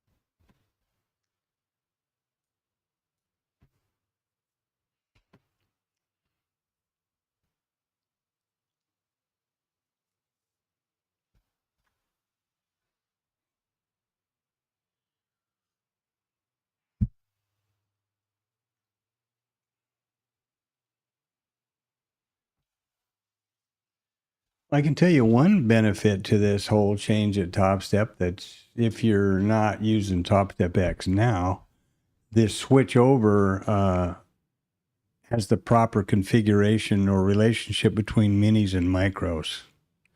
I don't know whether you're familiar or not, but on Rhythmic, for example, if you have a combine or whatever with the maximum contracts is 5, you can only trade 5 micros because they don't have any way to, they didn't ever figure out a way or didn't want to, or I don't know what, to adjust that. But on TopStep X and now if you were to trade like with the Quant Tower or whatever else using that Project X or whatever data it is, it's the relationship is correct. If you have 5 micros, you can trade 5 minis, you can trade 5 micro or 50 micros, whatever, you know what I mean? It's the 10-to-1 split is correct.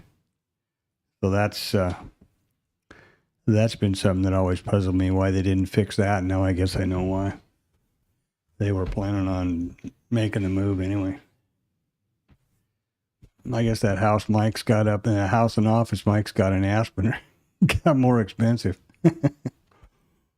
Here we go. Heidi ho.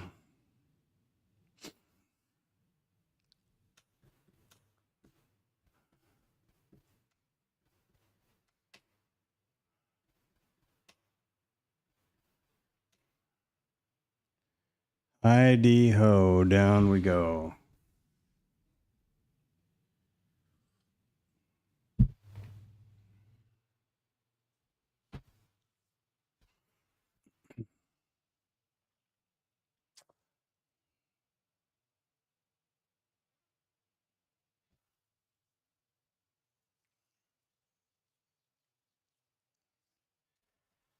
If you pass through the chat room, smack the thumbs up, send me $1 million and drop your name or say hi in the chat. Yeah, you know, pick whichever one or two of those you want to do.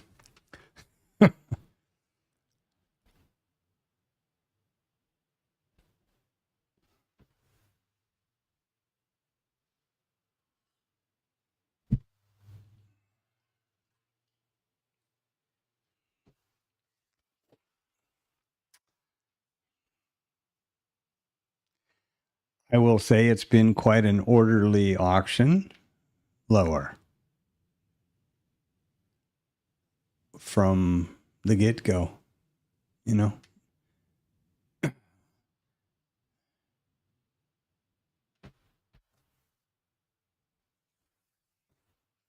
Not that that makes me feel any better, but there hasn't been a lot of that random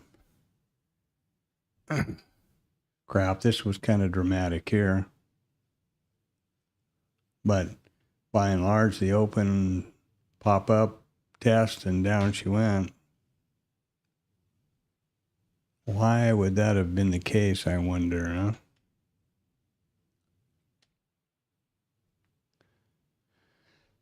Well, they got pretty close to the highs here, this consolidation, I guess.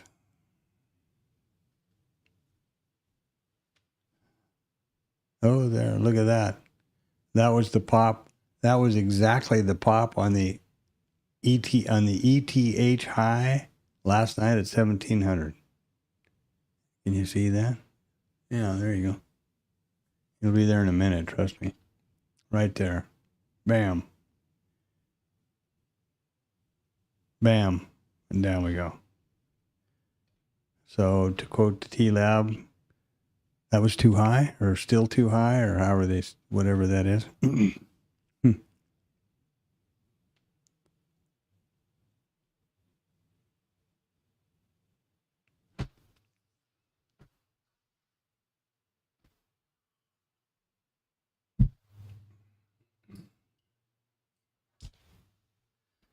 think I'm going to change in these kind of days, I need to change that saying from if this, then that, if not, then what. I'm going to say if this, then that, if not, then a nap.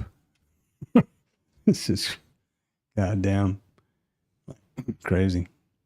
I don't know how long you guys have been trading, but years ago in the summer, man, it was like if you had a 5-point move on the ES in a whole day, that was a big deal.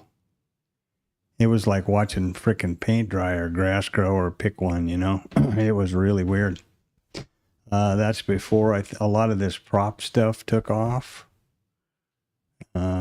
which I think brought in a lot. And then obviously the whatever they're called, all the, you know, the phone trader, Reddit and guys like that.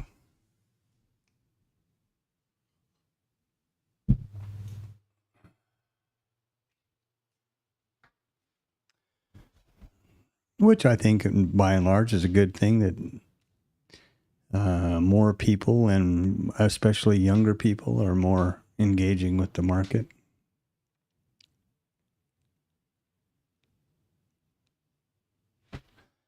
And also, of course, the the huge explosion in the internet and all the kind of trading that we do online is, you know, you guys are both in Europe. Come on.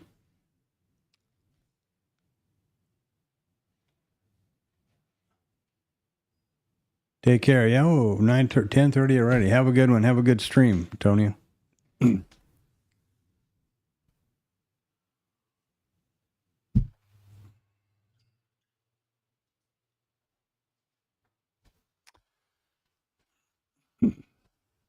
They're going to close the gap, sure as the world.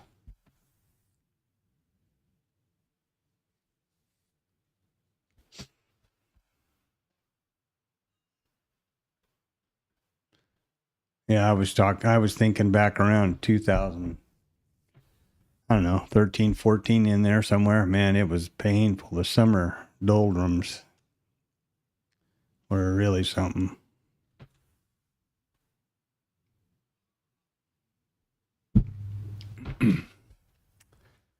Well, and of course I'll put on my rearview mirror internet guru hat, and I saw this big spike up, and then I saw us retest up here, and I knew that was the opening spike from the ETH, and I shorted this, and here I am. Prove me wrong. Let me just do a replay quickly and Photoshop out the progress bar, and you'll think I'm telling you the truth. This whole thing with TopStep is going to I would suppose, is going to play right into the hand of the other firms in terms of, I suppose there'll be a number of people that'll move.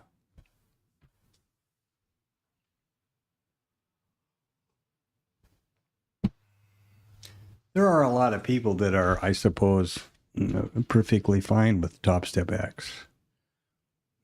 It is a watered down version of TradingView. So, yeah, there's that. Excuse me.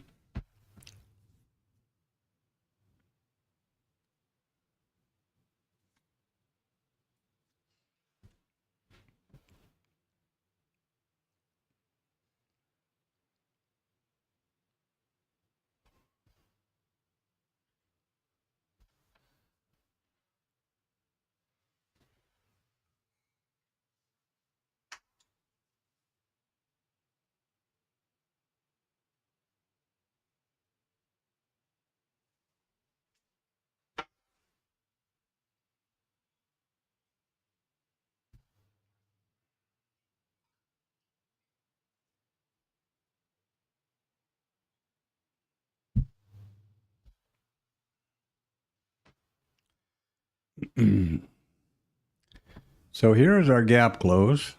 Low volume node from the 3rd at 80. Got about 209 there and $1 and a quarter, 2 1/4 at 01 1/4. And they've been in the book for some time. This one at 80 has been in the book since, or at 81 1/4 has been in the book since 6 o'clock this morning.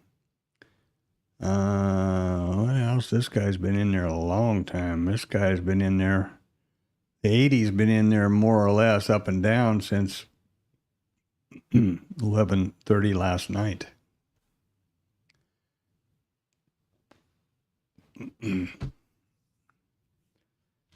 Granted, it was not nearly the volume that it is now. They upped the ante at 9:15.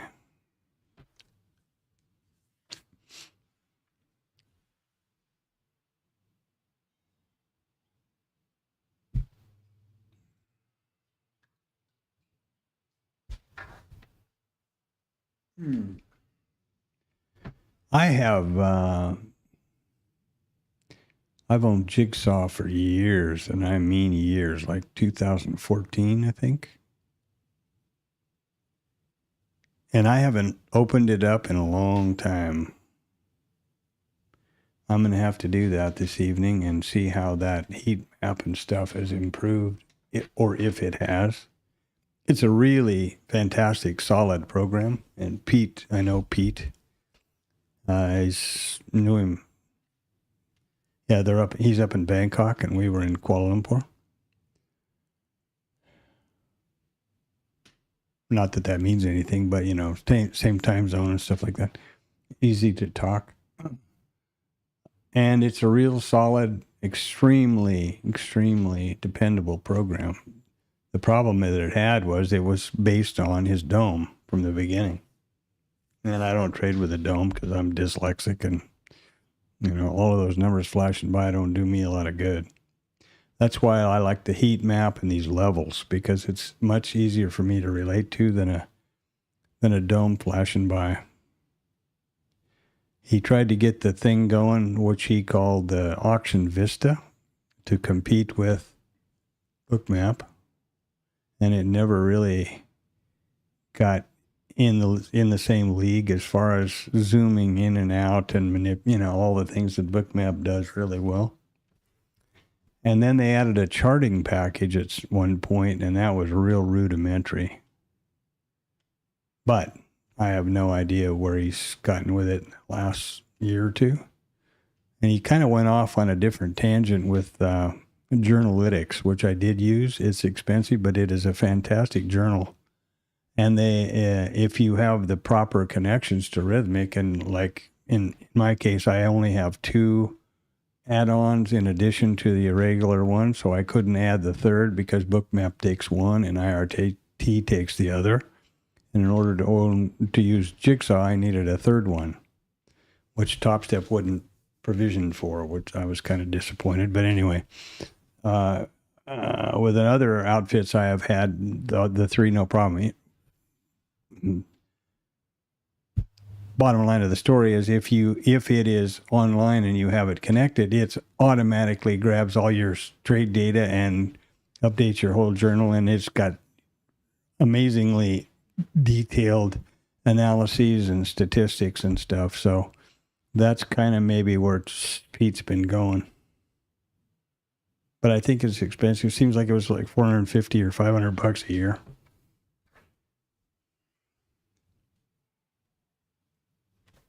It's called Journalytics, if you're interested in it, and I think but I'm relatively positive that you have to own Jigsaw tools first, which I have for, like I said, 10 or more years.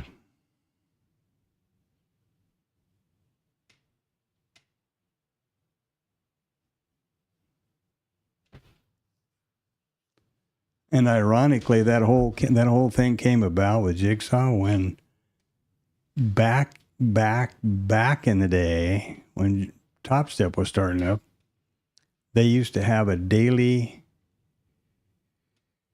webcast. I think, I'm not sure how it worked. It was, I think maybe it was with Cisco or WebEx or somebody every day. Eddie was the main narrator-y kind of guy, and Hogue would do some talking once in a while, and they had different traders, and they would always have different people come in and talk, and Pete Davies would come in and do a spiel about jigsaw tools and, you know, how to use a dome and that kind of stuff, like an hour a day. And maybe 2 or 3 days a week or 2 days a week or something like that. And that's where I first heard about jigsaw tools. And then Pete recommended who I go talk to about learning market profile, which I did, and I appreciate that. And with all of that, and, you know, $5, you can get yourself a Starbucks coffee, but it's the history. It's history. My history, actually.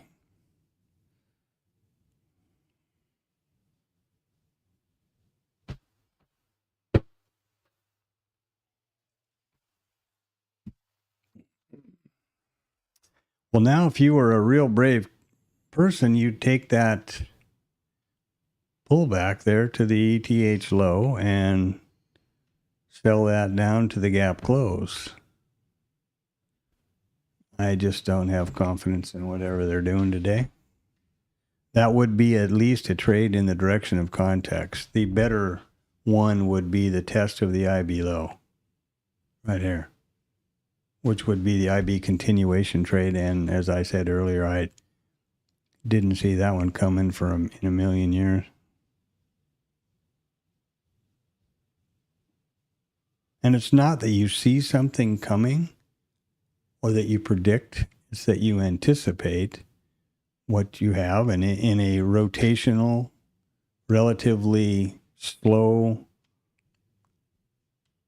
auction, the typical go-to IB trade is the IB failure, which is just a fancy way of saying a mean reversion.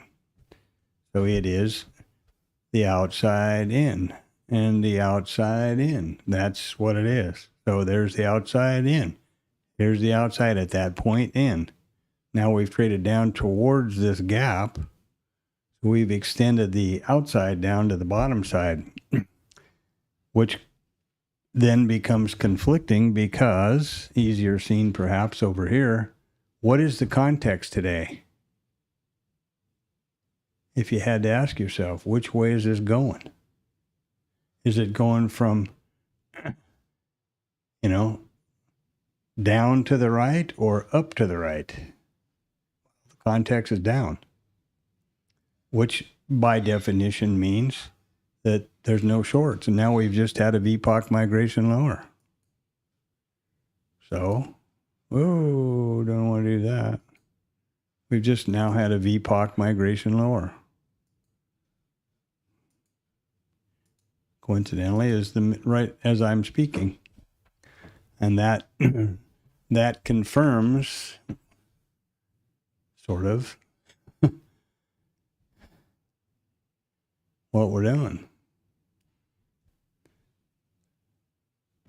Here is the developing POC, lower.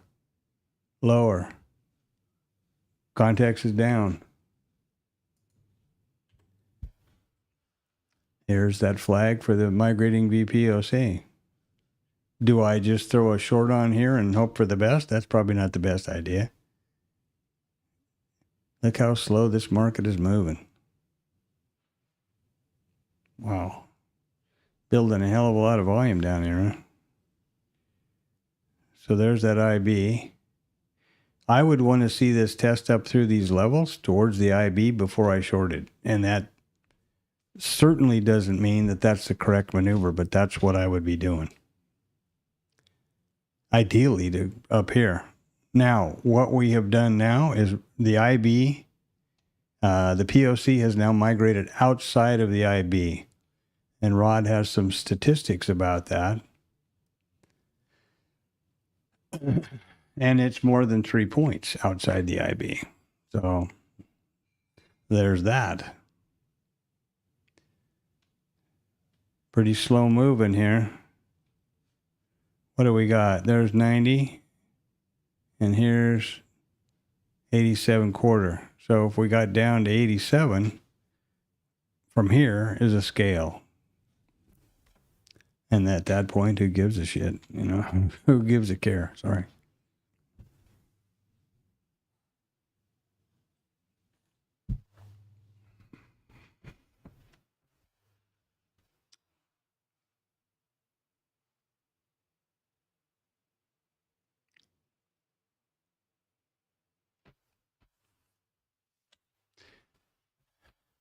Having a plan is pretty frustrating because, you know what your plan is and you know what you need to do to follow it. I guess it's probably more fun to treat it as a video game and, not care. But, I want to see this test up further than this before it would be a valid VPOC migration lower. And so I'm going to stand here and likely get left in the dust. Unfortunate.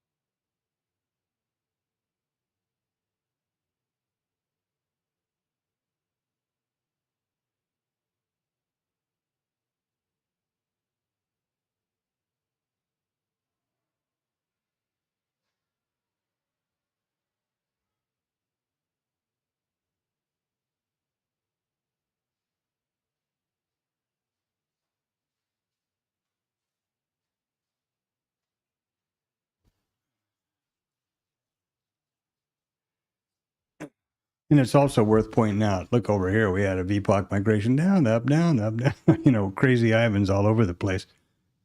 So that's something to be said too. Now, it's important to look at in that, along with that context, we're here with 8,053 contracts. And here's 7,083 contracts. So it only takes 1,000 contracts to bring this POC right back up here where it was before.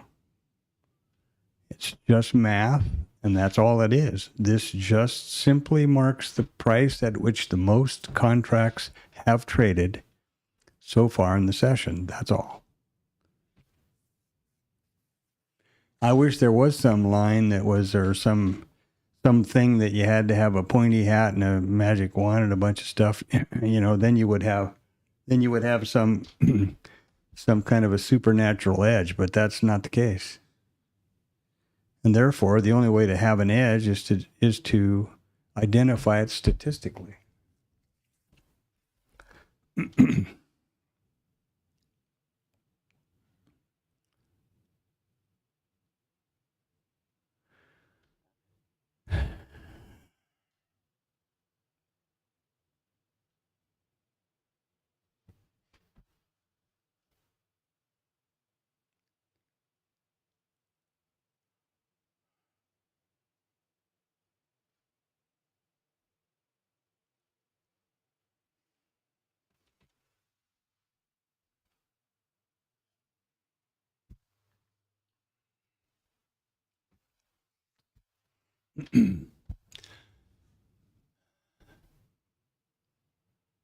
If you're passing through, drop a like, a subscribe, put something in the chat so that we know you're here. That'd be great. Thanks.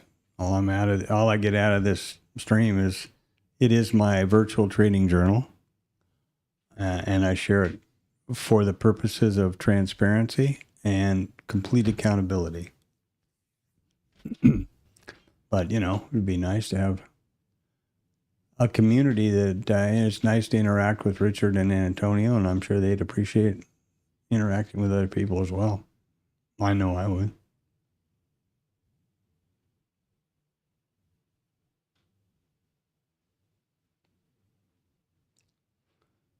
Oh boy.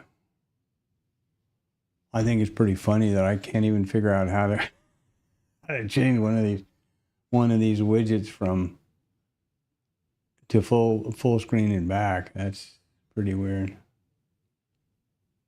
There is a very suspicious box which indicates full screen on everything that I've ever used, as opposed to, but it doesn't seem to work. So I don't know. Maybe I got a bad download, or who the hell knows.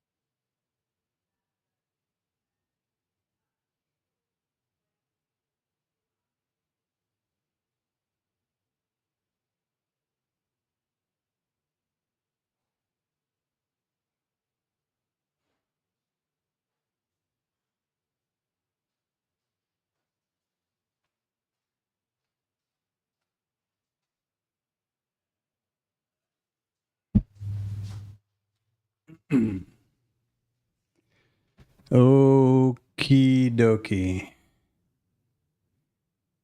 One nice thing about this market being so slow, you can take a nap and come back and you didn't miss anything.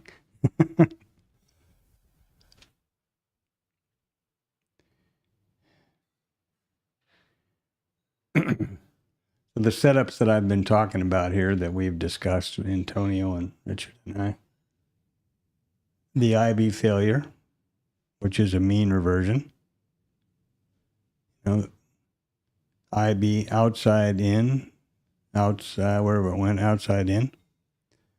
And the VPOC migration, which is this yellow brick road moving around from here to here, would be one. However, as I mentioned earlier, this is a so obvious that it is probably the go-to setup that everybody tries to vet first because it's so obvious. And it's, for me, it's one of the hardest because, or the least successful.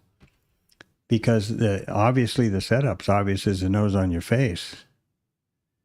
But the trigger and then the resultant entry, that's the one where there's real nuance. I have started looking, not interested in them at all until it's outside of the IB, which this is. But there needs to be some sort of a move backwards to retest part of it. Then it would be qualified in my world. This is not it. And for someone it could be, well, yeah, we couldn't get above it, so down we go.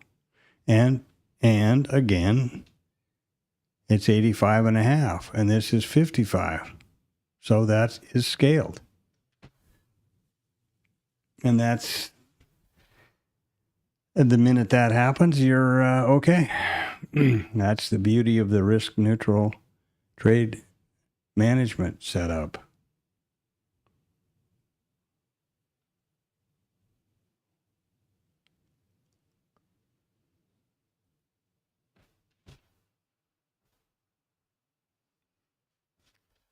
Don't have far to go to close that gap.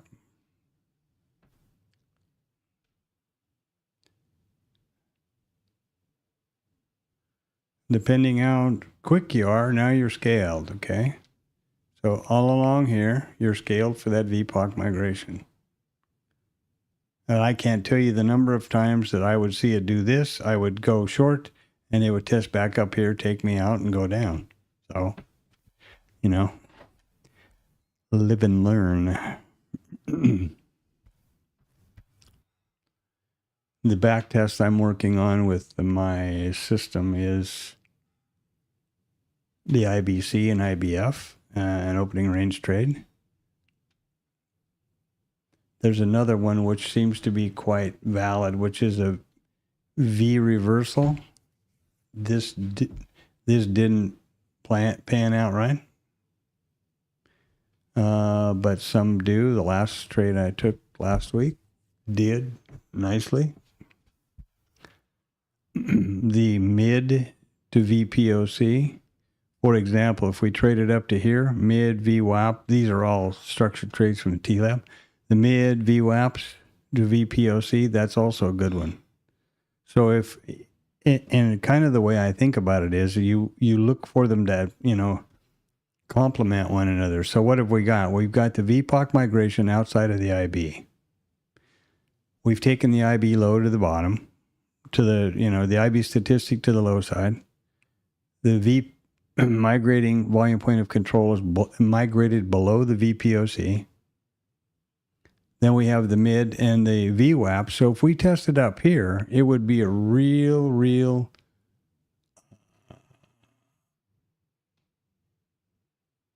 favorable probability to trade back to the VPOC and points lower.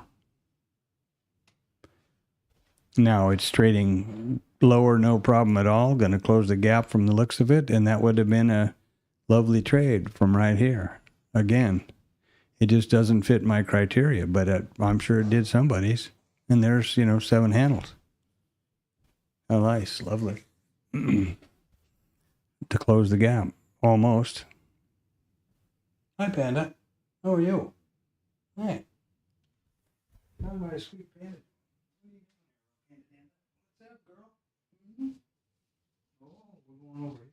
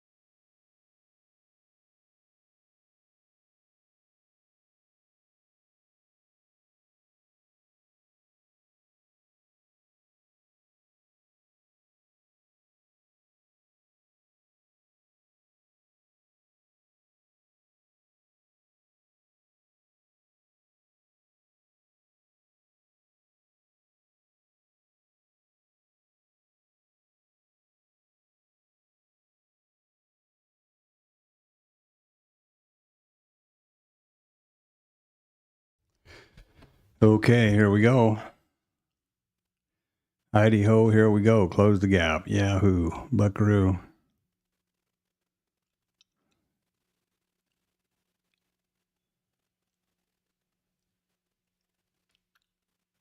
Huh.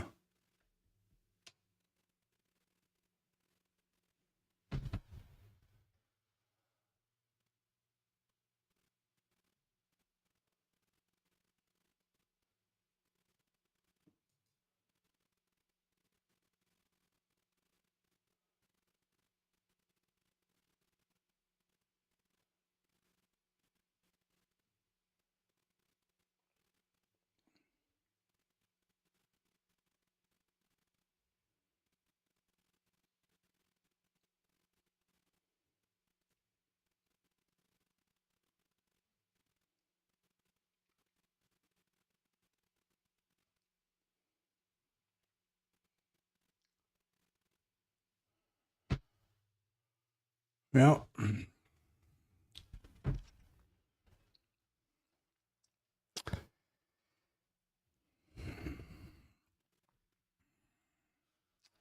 so will we now fulfill the gap? Notice that the gap on Wednesday close was right at the top. So it doesn't take much for us to get into this value area. If we're rejected out of there, they'll trade it back across the gap. If we're accepted in there, the idea is it'll trade across the gap. From here, it'll trade across value. And very little excess at the top over here. We haven't quite closed it yet, but you see the point.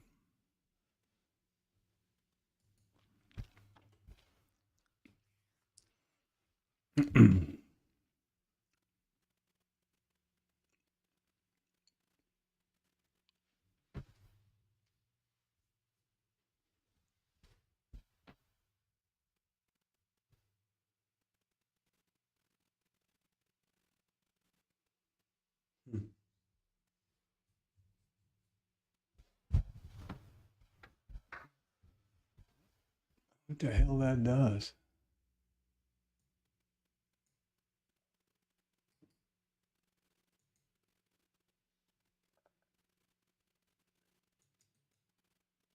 I have no idea what that thing does.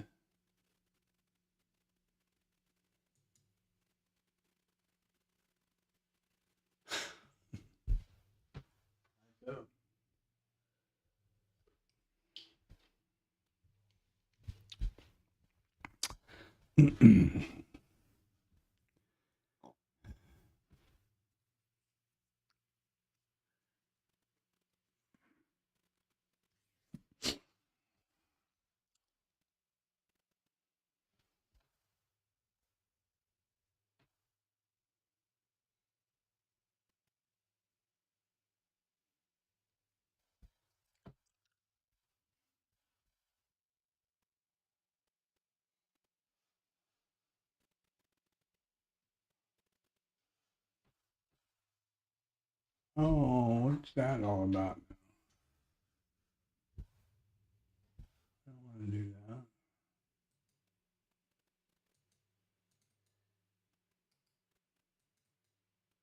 That's the weirdest thing. Oh.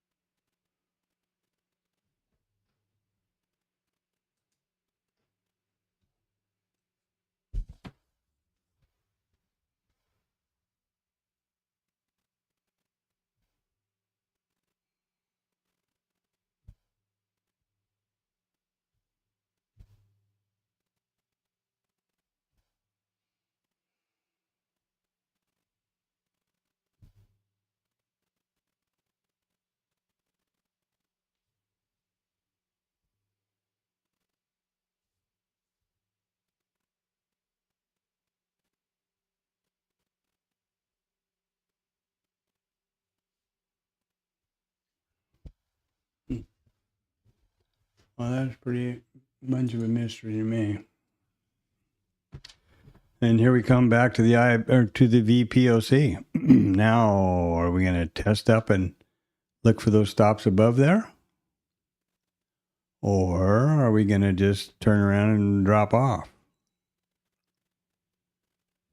11 o'clock. We got 2 minutes to the top of the hour.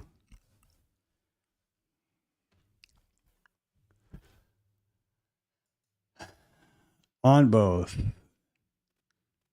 Risk neutral 2 lot.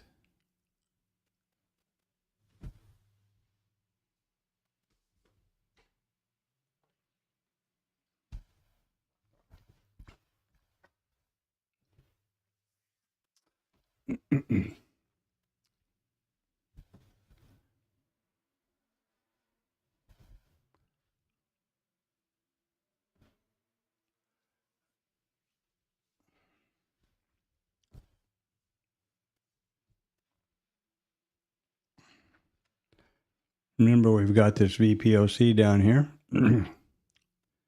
This is diddling in the middling. Or is this is a question that I frequently have to ask myself. At what point does this VPOC migration change to just diddling in the middle? And, you know, I guess you could say right now. I don't really. These are all the nuances and the joy of trading. Those are the kind of things that make me quite impressed by people who can actually code quant stuff that's profitable. Because in my world, and from my vantage point, there's such a tremendous amount of discretion involved.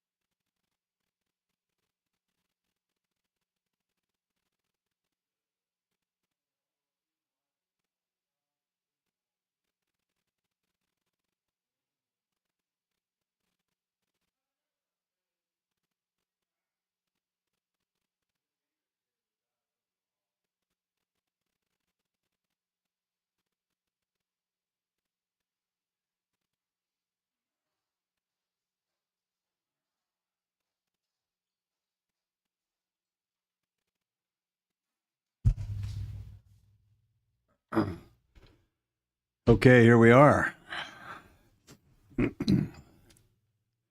The double, triple, zipple test. They expressed no interest in maintaining that gap close. This would be a spot that I would say potential short because we're testing up to this level here again. We do have these levels just above us, which are suspicious.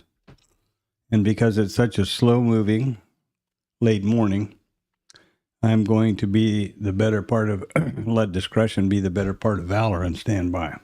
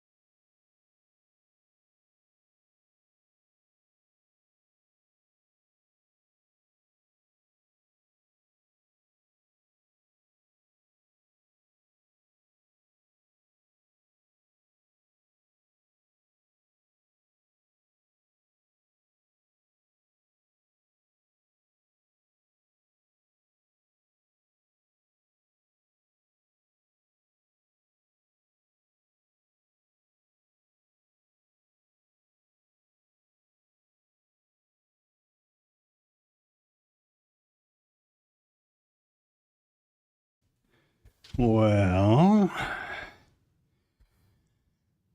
and here we are.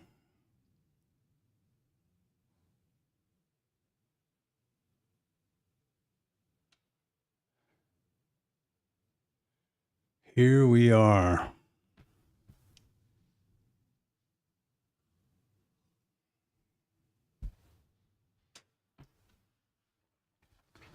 Well, that is so bizarre.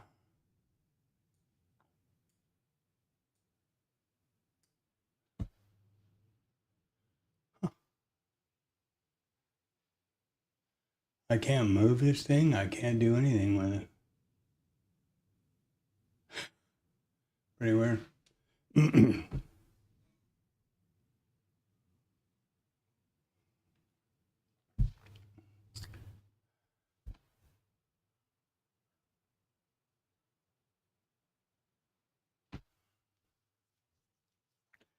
And here we have the full session VPOC now joining up with the old-fashioned, the RTH session.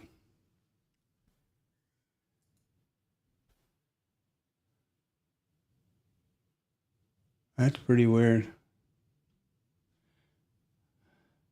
IRT doesn't seem to have the ability to pick the tops anymore. And wow, look at this. What the hell happened here?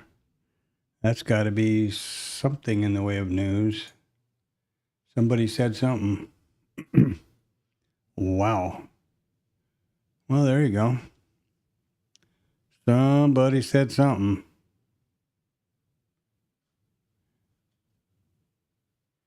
There's a big V reversal. But I don't think I'm a brave enough boy to step in front of that. Given the context is down, it's in the wrong direction.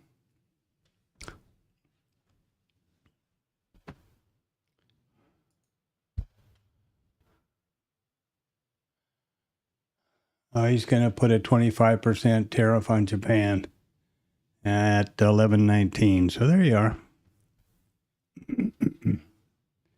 There you go. I wonder when they're going to figure out that, probably never. Never mind. Yeah, well, that's good.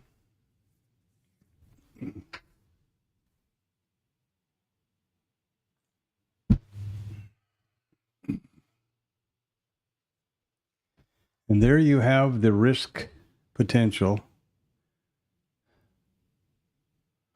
for crazy, you know?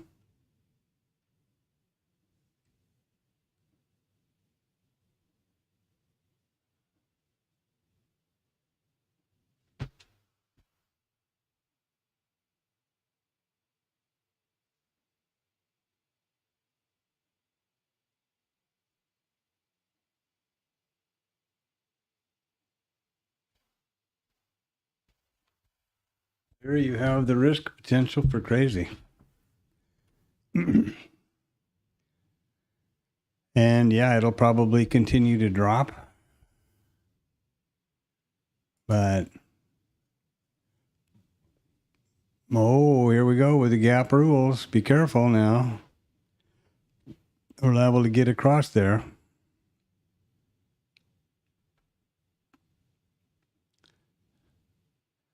The unfortunate part is that small day is hanging us up. You see this useless half day and the overnight high. Here's the last full session day. And here we are trading, the gap closed, you know, and here we are trading down to there. So, oh, and it's continuing to fall out of bed. Continuing lower. Yeah, well, it's a Monday, you know, and he hadn't done anything for a few days, so it's time to cost a lot of people a lot of money. Makes them feel good, I guess. These VPOC reversals of epoch. These deep V reversals here are, yeah, I don't know what to think. If you're quick enough, of course, and you just smack it right down here somewhere, you're well in the money and happy as a pig in the mud. I'm busy looking around at other stuff, trying to figure out what to do next.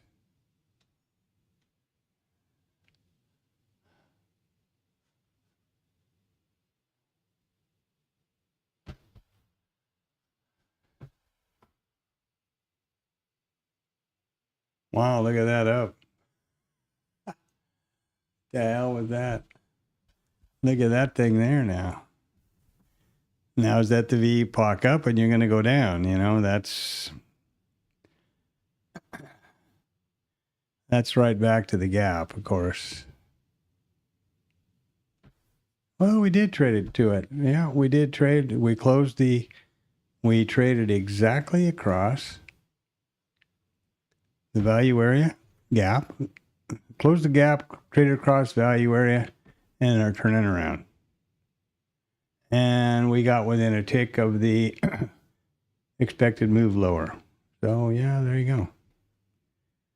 All this stuff actually works from time to time.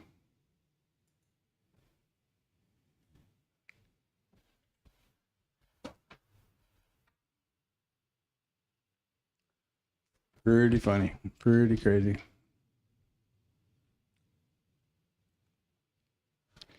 Well, with that ringtail on the on the microphone, oh, it's not just that. Here we go.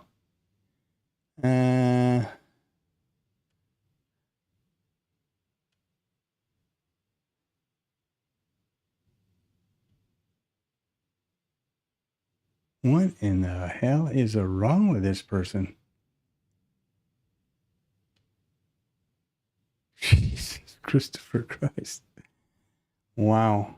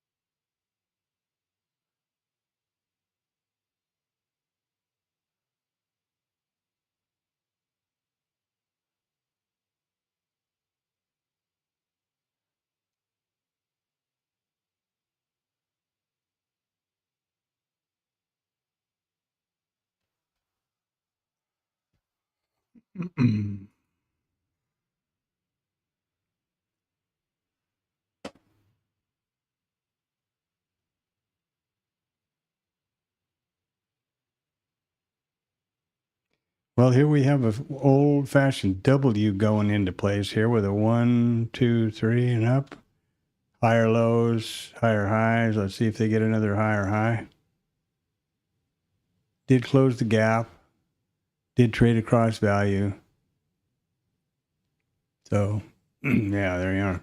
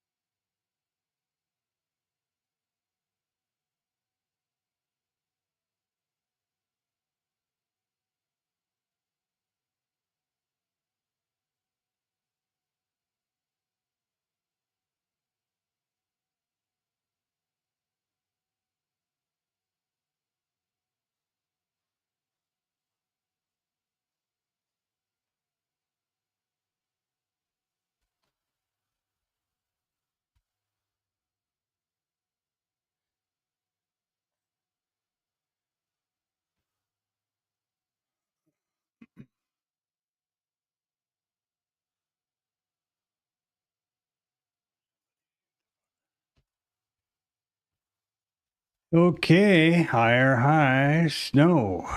Now we're going to consolidate, I guess. I'm going to, I'm not going to.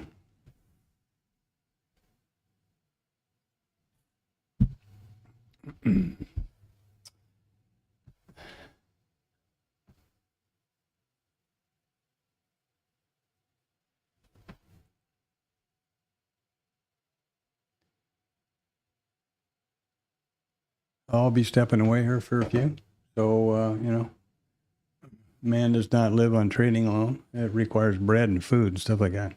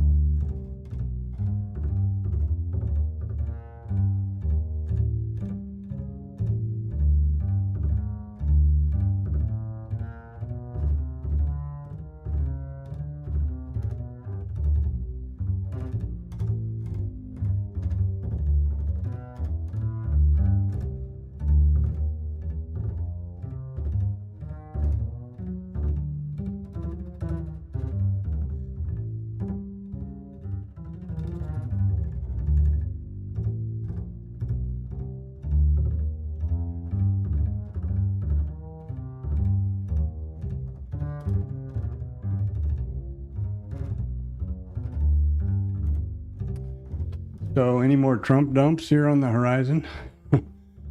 Guess not.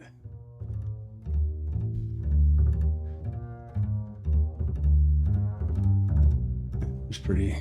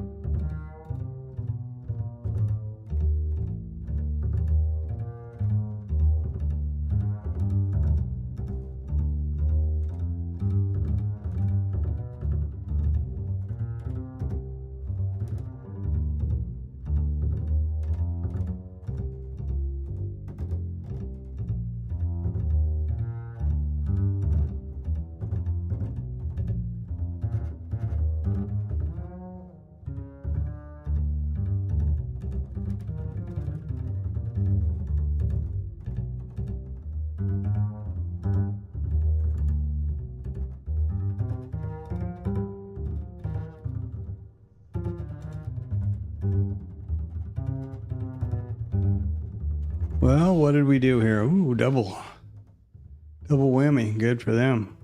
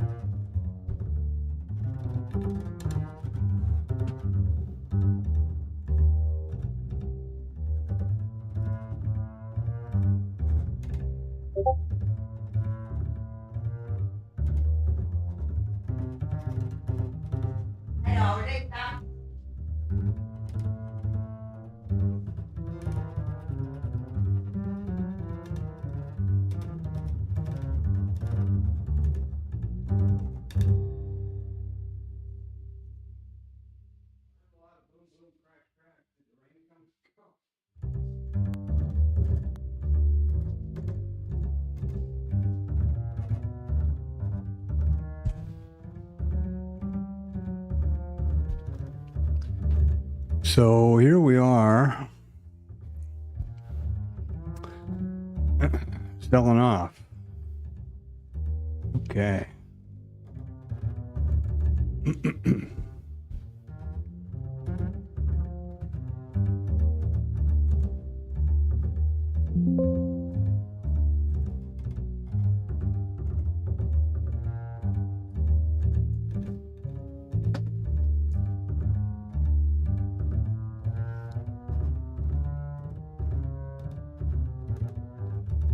What's going on here?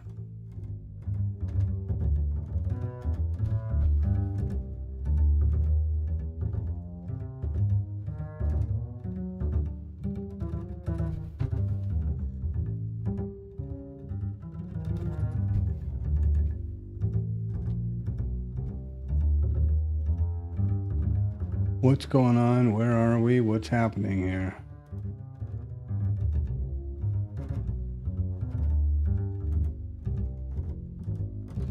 Wow. I guess that's about... Yeah, well, pretty cool.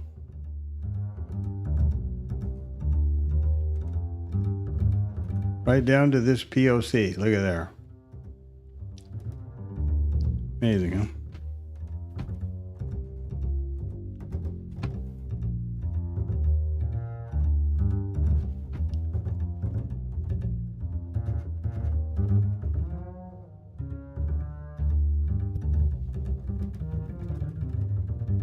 Oops.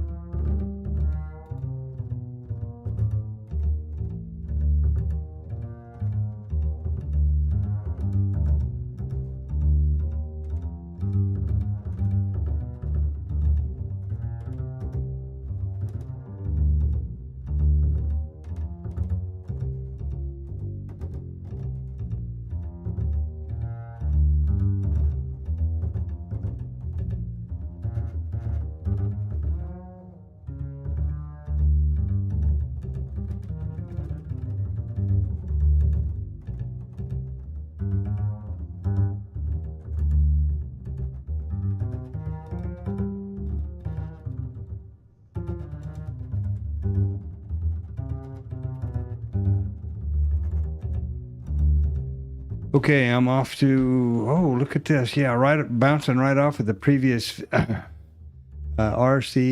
VPOC from whenever the hell day that was. That's pretty funny, isn't it? Crazy. From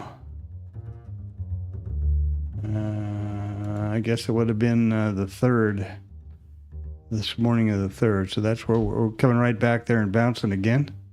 And I'm off to find our girls up for school, so college. So I'll be right back.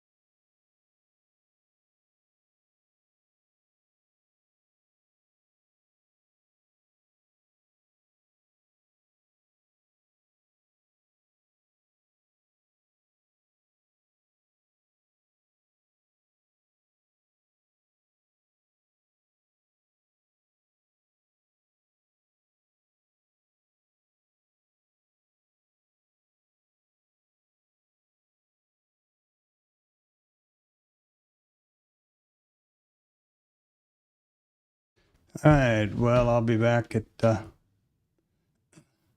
1500 or maybe at the slow markets here. Got a big problem at this college, so that didn't work out very well. Problems here at the house. Take care, Richard. Otherwise, I'll be on at 8 o'clock in the morning as usual.